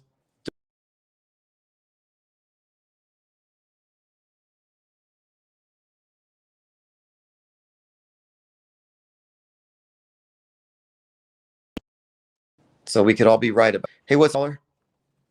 Can you hear me? Yeah, I can hear you fine. Okay. Can the audience hear me? We'll test it live right now. You want to see if it works. Yeah, that's what I'm saying. So let's watch the chat to see if they can hear you and me, and then you'll know if it works. Exactly. And so if this is clear to the audience, if they can hear your end, then I can use this in the meantime. Well, Diana Southard already knows. Does that mean yes? Anyway, I was going to tell you in the last 4 or 5 minutes, there's been a huge explosion in the Bronx with a vehicle. But if you see the explosion, but there's a bunch of firefighters hurt. Oh, really? Like on 9/11. Yeah, it's a breaking story. I'm telling you. Somebody sent it to me like a minute ago. And I've been trying to call you to tell you want more ties of them rehashing the 9/11 and all that. Yeah, we got firefighters hurt now in a big explosion. Okay, that's good. Let me go ahead and pull up Bronx explosion. Appreciate that breaking news, because this is very 9/11. I just wanted to tell you that's all I was calling in for. There's a lot more I want to tell you, but just keep going with where you're going. These trolls that are coming, I'm telling you, that massive tweet, you got people coming out of the woodwork right now, That's maybe right. you can educate some of these people. That's right. My tweet has more than 400,000 hits in less than a day. That's awesome. Thanks for the call. Thank you. Appreciate it. Thank you. All right, that's Kevin Mooring. Bronx car explosion, at least 5 firefighters injured. New York City fire, car explosion in the Bronx, multiple firefighters. Yeah, very much consistent with what we've just been seeing. Oh, we have a yellow sunner and a blue skyer. Layla Schmidt. So a lot of people say that. They say the sun used to be yellow and now it's white. It's like, well, no, the sun is all the colors, so it's white. If you see any color in it, it has to do with the atmospheric scattering, and this explains why it's yellow at sunrise, sunset. But you'll notice that the only time your eyes can bear looking at it, sunset, sunrise, when it appears to be yellow or orange. The sun couldn't change colors, in other words. So the sun wasn't yellow, but why do people remember it as yellow? I think it's because when you're a kid, you draw a yellow sun. The cartoons have a yellow sun. Your cereal boxes have a yellow sun. Every cartoon. So I think that what's happening is your memories for the sun are stored in a filing cabinet where it's just this yellow circle. But now the sky not being blue or the sky turning yellow, that is a purely subjective take. And I've heard that from a few people, but every time I go outside, it's contradicted. It depends on where you are, what time of day. But the rumor, the story is that they're filling the sky with aluminum so they can beam an image on there for Project Bluebeam. But the thing is, the chemtrails, this alleged chemtrails, what you're actually looking at are ice. It's just ice.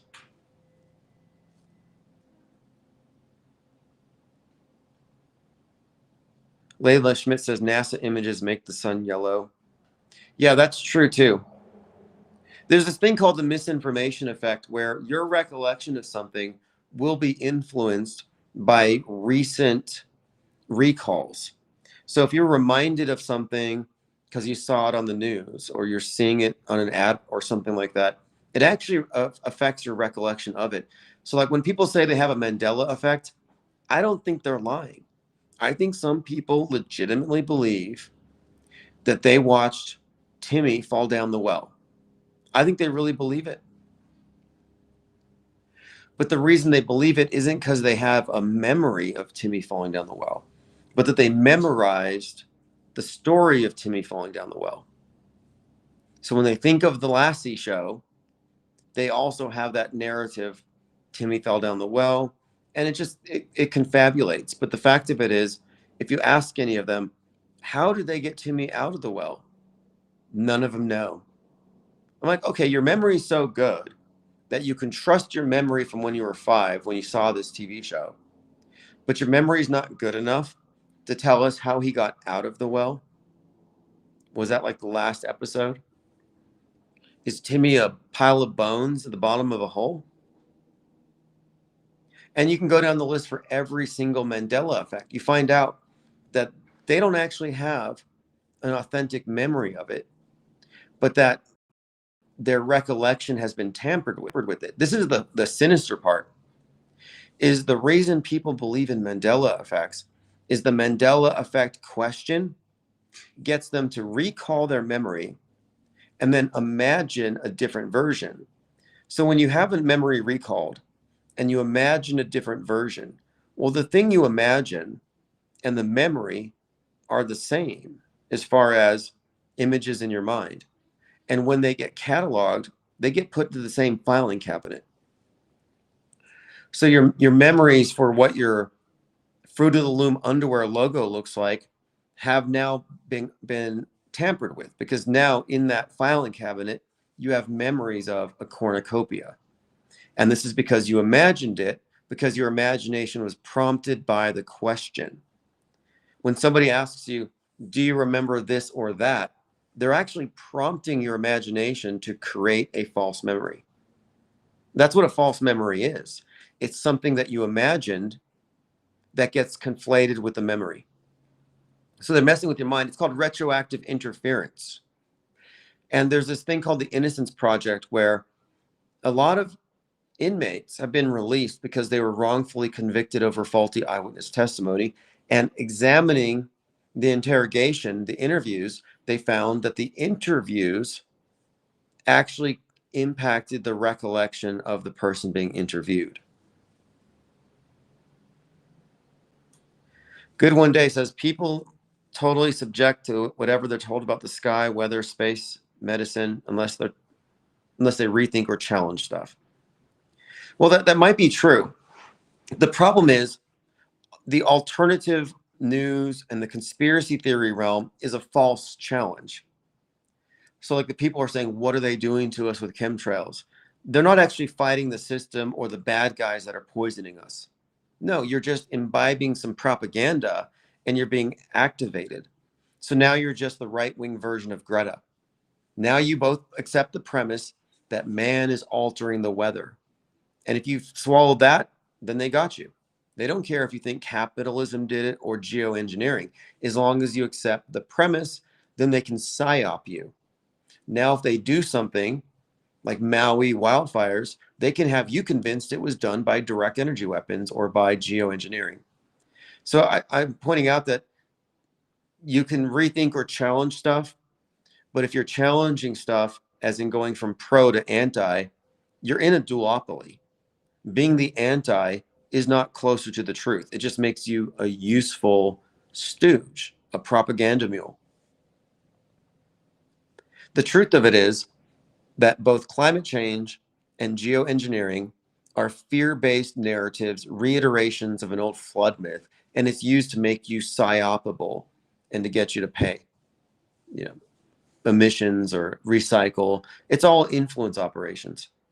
And so I don't think there's anything different from fear mongering about CO2 versus fear mongering about trails in the sky. It's the same psyop. Good One Day says not doing Hegel stuff. Well, you are, because you accepted the premise that the climate change people accept, that man is altering the weather and it's really bad.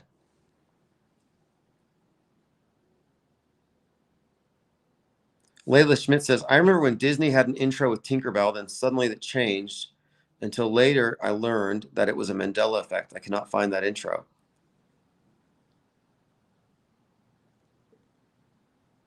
Well, what likely happened here, and this is, they all have explanations. So what likely happened is your memories were somehow combined, and it was likely because the question was asked. It's actually that simple. It didn't change. Like there were people who said Fruit Loops used to be spelled Fruit. Now it's Froo. And these sound like bad jokes. Like, you know, because you call somebody Fruit Loops if they're crazy. And someone's like, the spelling of my Fruit Loops changed. I think the reality has shifted and I'm in a parallel universe. Like that sounds Fruit Loops. But if you dig into it, it was never spelled UIT. It was spelled OO because if they spelled it the correct way, it would be false advertising because there's no real fruit in Fruit Loops. Layla Schmidt says, nobody asked me this question. Well, even if that were true, even if you have a legitimate memory and it changed, it doesn't prove the Mandela effect theory. Not even close. Some people say, I remember, and when people say I remember, you got to really take that with a grain of salt. I remember Dolly had braces. You know how many times I've heard that from people who weren't old enough to have watched it in the theater in 1979? Unless they want to say it was on the VHS. But a problem with that nonsense is that in the 90s, people were talking about this confusion as to whether or not she had braces. Like this was already one of these debates. And this was like 15 years before the Mandela effect even existed. Yeah, Busy 56, that's my thought. I wonder if part of the Mandela effect is the program is showing how easy it is to plant false memories. Yeah, I think what they're doing is they're planting false memories via the misinformation effect. Layla Schmidt says, so you want me to not trust my memories? Well, if you know anything about the Innocence Project, you would know that you can't trust your memories. Not to that level. Like, unless you have some very specific recollection of it, it might just be something you imagined or something you conflated. But do you have something more specific? Because no, you can't trust, because your memory can be interfered with retroactively. That's the scary part. That's the sinister part. That the misinformation effect demonstrates that your memories can be tampered with.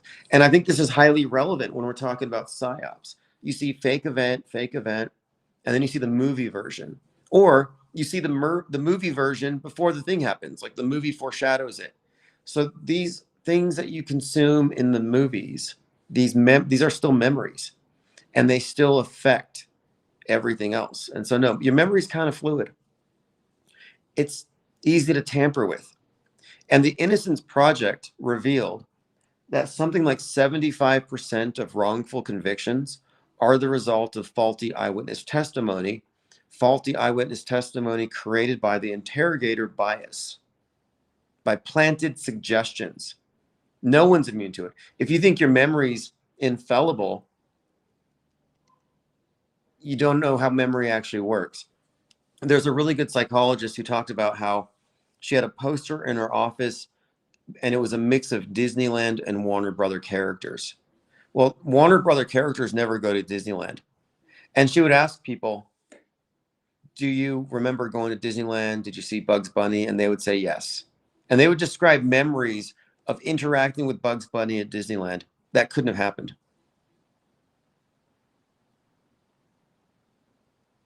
Good One Day says, a few people started talking about Berenstain Bears and Mandela, and it was amped up and pushed. Yeah, it was pushed quite heavily. I think it's cognitive sabotage. I think it was pushed specifically on the very people who would notice media fakery. Because if you notice media fakery, if you notice staged events, and then suddenly you're like, you know, my underwear had a cornucopia on it yesterday, and now it doesn't, and I can't find that genie movie with Sinbad because it never existed. Maybe CERN flipped realities and altered the Bible and everything else. And I look at these people talking about the Mandela effect and I realize, okay, what they have done here is they have destroyed them as credible witnesses. Because why would I care about your opinion of fake news if you're saying that reality is fake? What does it mean to say these 25 kids didn't really die if tomorrow the universe could shift and suddenly there was 50 kids and they all died? So either reality is objective or it's not. And the Mandela effect gets you to accept the premise that reality is not objective. Same thing with simulation theory, and they feed into each other. Simulation theory, one, it's not a theory, but two, it puts you into a subjective paradigm where there's no meaningful distinction to be made between real and fake. So here we are entering an era where we will no longer be able to tell real from fake by looking at video. That's bad enough. But I think it's worse when they've put you in a place through cognitive sabotage where you can no longer discern these things.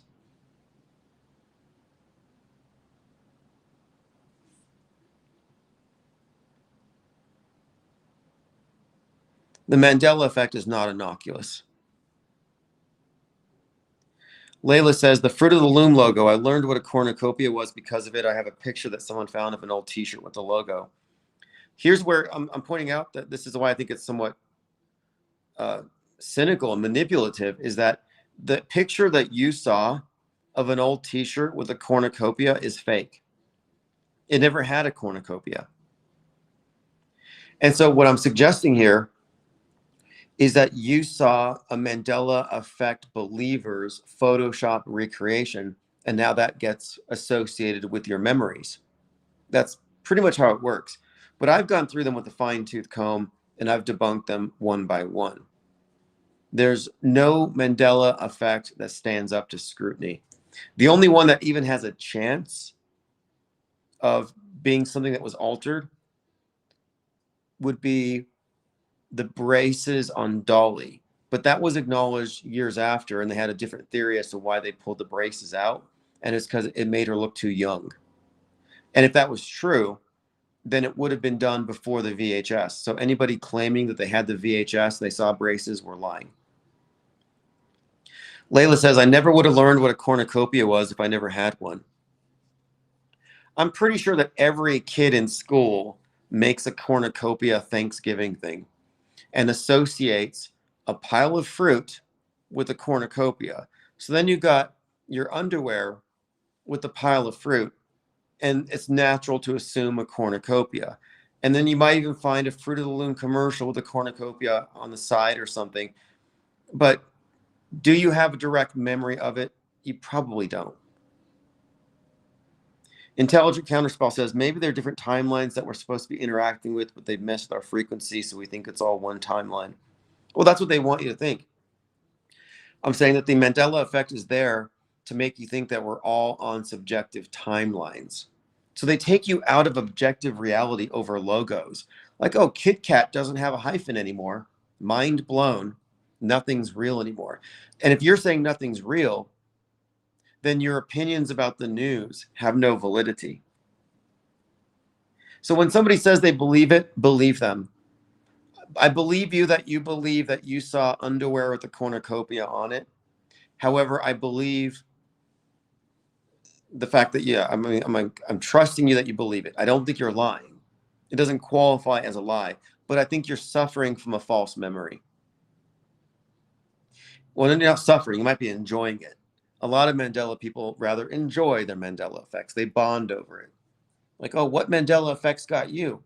Oh, okay. Well, our timelines are 90% compatible. Like if you know somebody who remembers the Bible verse changing and remembers the Ford logo changing, but they don't remember Ed McMahon passing out big checks and you do. Well, that's a pretty good match. 2 out of 3. Lord Laney says, my memory of the cornucopia is when the pilgrims were eating with the Indians and the feast and the cornucopia were on the table and they were shaking hands. Yeah, well, there's a logic to it. Pile of fruit, assortment of fruit, cornucopia. It goes together. It makes sense logically. So people put these things together. It also happens with songs. People said that the song by Freddie Mercury, by Queen, We Are the Champions, a lot of people said, oh, it's a Mandela effect. It used to have another verse. Well, maybe it would just sound more complete if it did. Another problem with this entire proposition is that there are so many examples of multitudes of people misremembering song lyrics. So you're saying that our memories are so perfect that we know from an ancient memory that reality shifted, but we get song lyrics misremembered all the time. How do you differentiate between what is and what isn't a Mandela effect?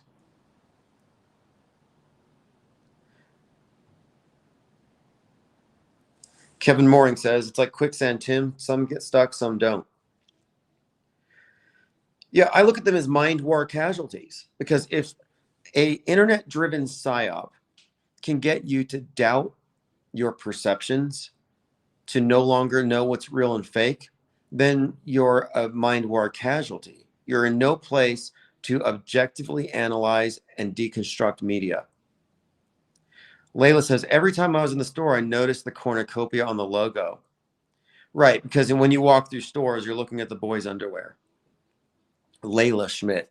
She's like, I'm going to go walk through the boys' underwear and look at the logos and notice the cornucopia. I don't think so. I'm not saying you're making it up, but I think you're confabulating, and that's fine. A lot of people remember Ed McMahon passing out big checks. And I'm like, where are the grandchildren of the old ladies who got the big checks, who inherited that wealth? Where are the people who are like, yeah, my old family wealth comes from Ed McMahon? Where are the Ed McMahon millionaires? Well, the reason people believe it is that America Family Publishing and Publishing Clearinghouse, who never hired Ed McMahon, ran commercials at the same time. That's what happened. They ran commercials at the same time. They were competitors. And American Family Publishing admitted that they were smaller, but that they could take advantage of Publisher Clearinghouse's big advertising budget by allowing the confusion to continue. Timmy fell down the well, very popular one. Well, it turns out that the dog does push some oil magnate down a well, some oil speculator. Layla says, it was on our t-shirts and underwear of all genders. Okay, so in your memory now, all the children, all genders were running around with Fruit of the Loom cornucopias on their shirts and on their underwear. I think it's very easy to imagine things. And that's one of the things that psyops do. They play upon your imagination. So if you think about like Midjourney or Grok, like give me an image of, and you give it a prompt, and then it gives you an image. Well, when somebody asks you, do you remember A or B? That's a prompt. It doesn't take any physical effort or mental effort. When somebody says, do you remember Darth Vader saying, Luke, I'm your father? Well, the instant they say it, it exists in your memory. You heard them say it. Your imagination can then merge with what they said. This is how you create false memories. And then you conflate that new recollection as a hypothetically true thing with your old memories, And then you have what's called cognitive dissonance. When they say, do you remember A or B? They're challenging your very perceptions. Like, oh, wait a minute here. It says Jiffy, but I think I remember it was Jif. So if they can confuse you and get you to question your perceptions, then guess what? They're gaslighting you. And what gaslighting does is gaslighting gets you to doubt your perceptions and trust the person getting you to doubt your perceptions. The media gaslights us all the time. Don't believe your lying eyes, believe what we're showing you. Or don't believe your own perceptions, believe our selectively curated version, or you're crazy. That's pretty much textbook gaslighting. When somebody even offers the proposition that, oh, the Ford logo didn't used to have a swirly. Okay, well, now they're challenging your perceptions because your entire life it's been swirly.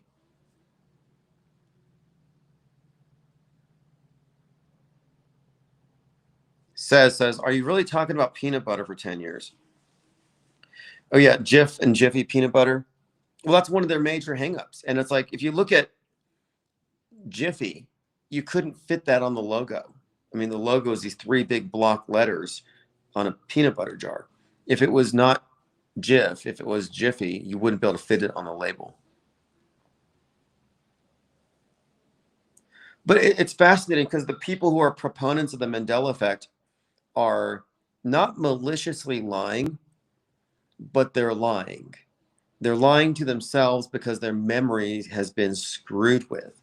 So we're dealing with, in a sense, victims of a propaganda. You could call this an active measure. I think that's a term in Russian propaganda, where a target demographic is discredited by being hit with a lot of ideas that are meant to discombobulate them.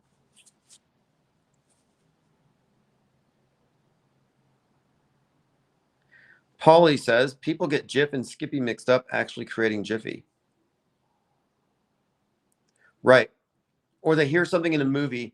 So like the Darth Vader Luke thing makes a lot of sense if you watch the whole thing. You can't just go off of a small piece of a sound bite, like Luke, I'm your father. Well, Luke, I'm your father wouldn't make sense if you look at the whole scene, because it would have been redundant for him to say the name Luke again.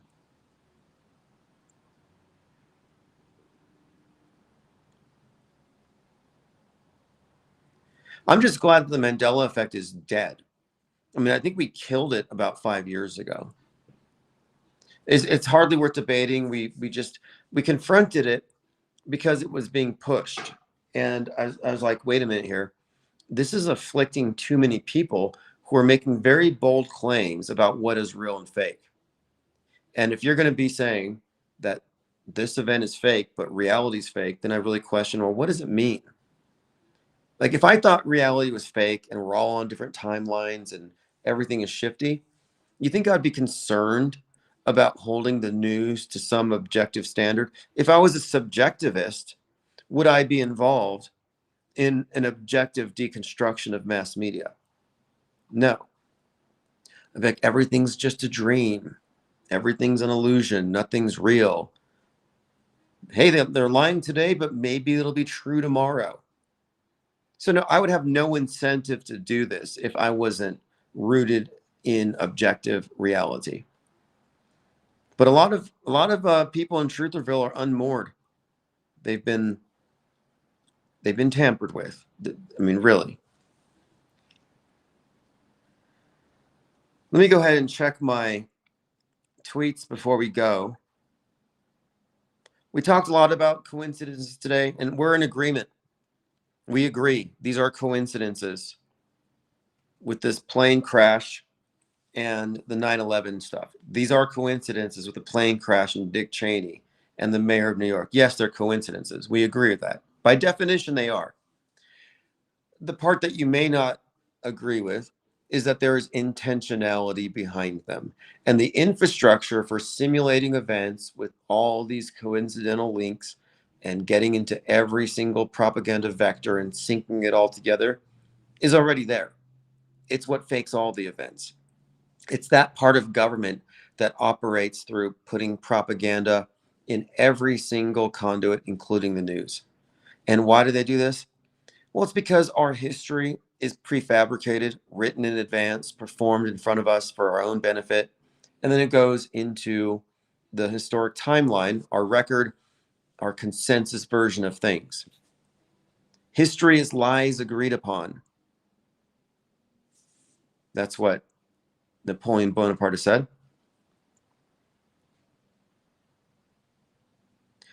Commenter says, I know you're not into clickbait, but can someone tell Alex Stain to shut the F up? Alex Stain goes out there to get spat upon. He wants the contention. He wants that debate.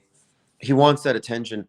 You know, some people can't get attention in positive ways, so they get it in negative ways. So I just say don't give him any attention.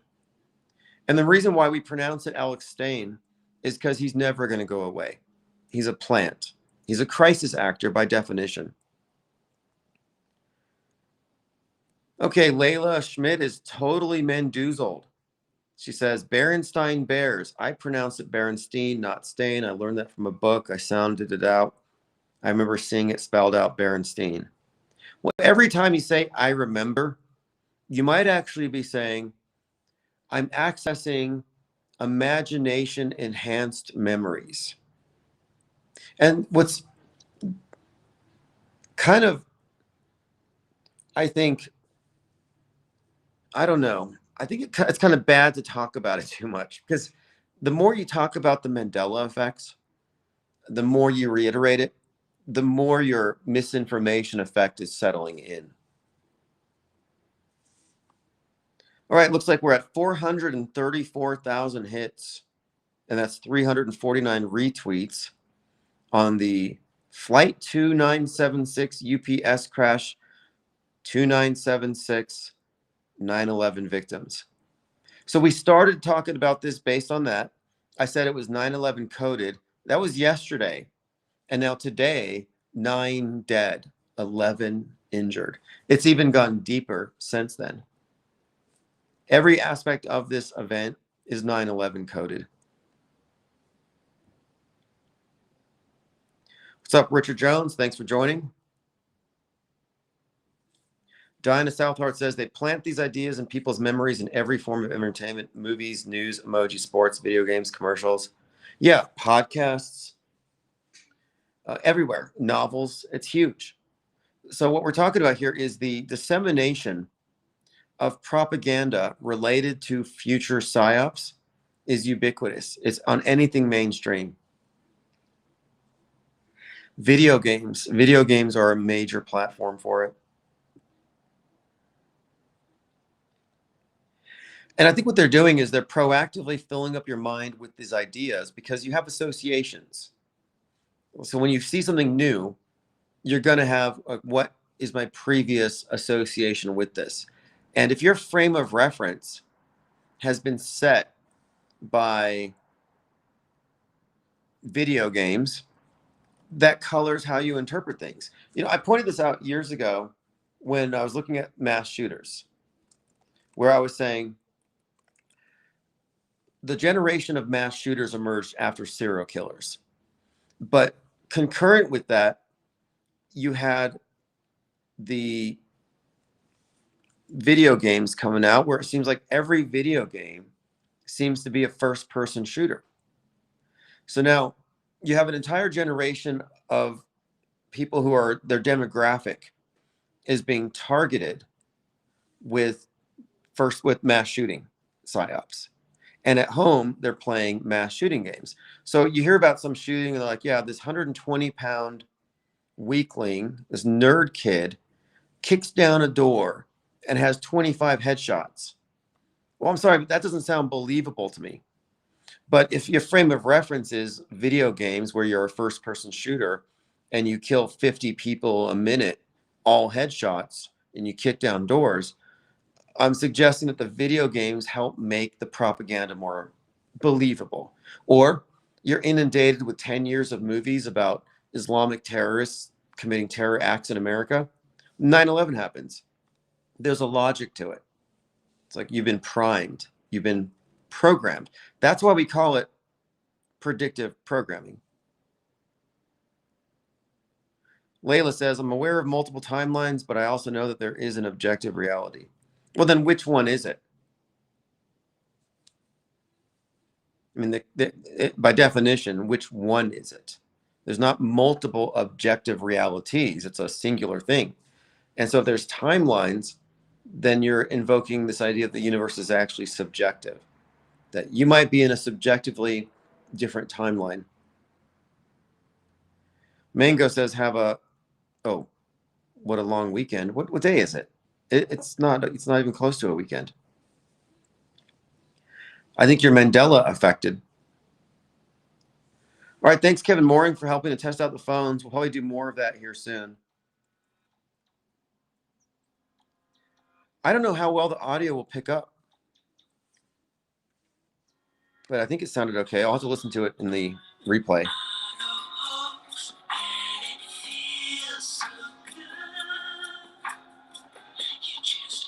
We'll likely be live tomorrow morning. I'll see you all in Discord.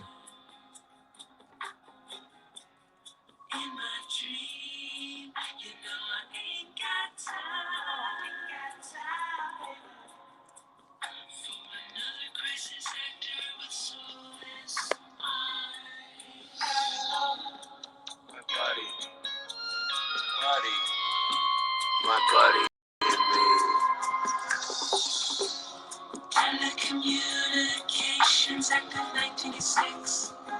London streets, y'all. Gonna filter your eyes, solve your mind.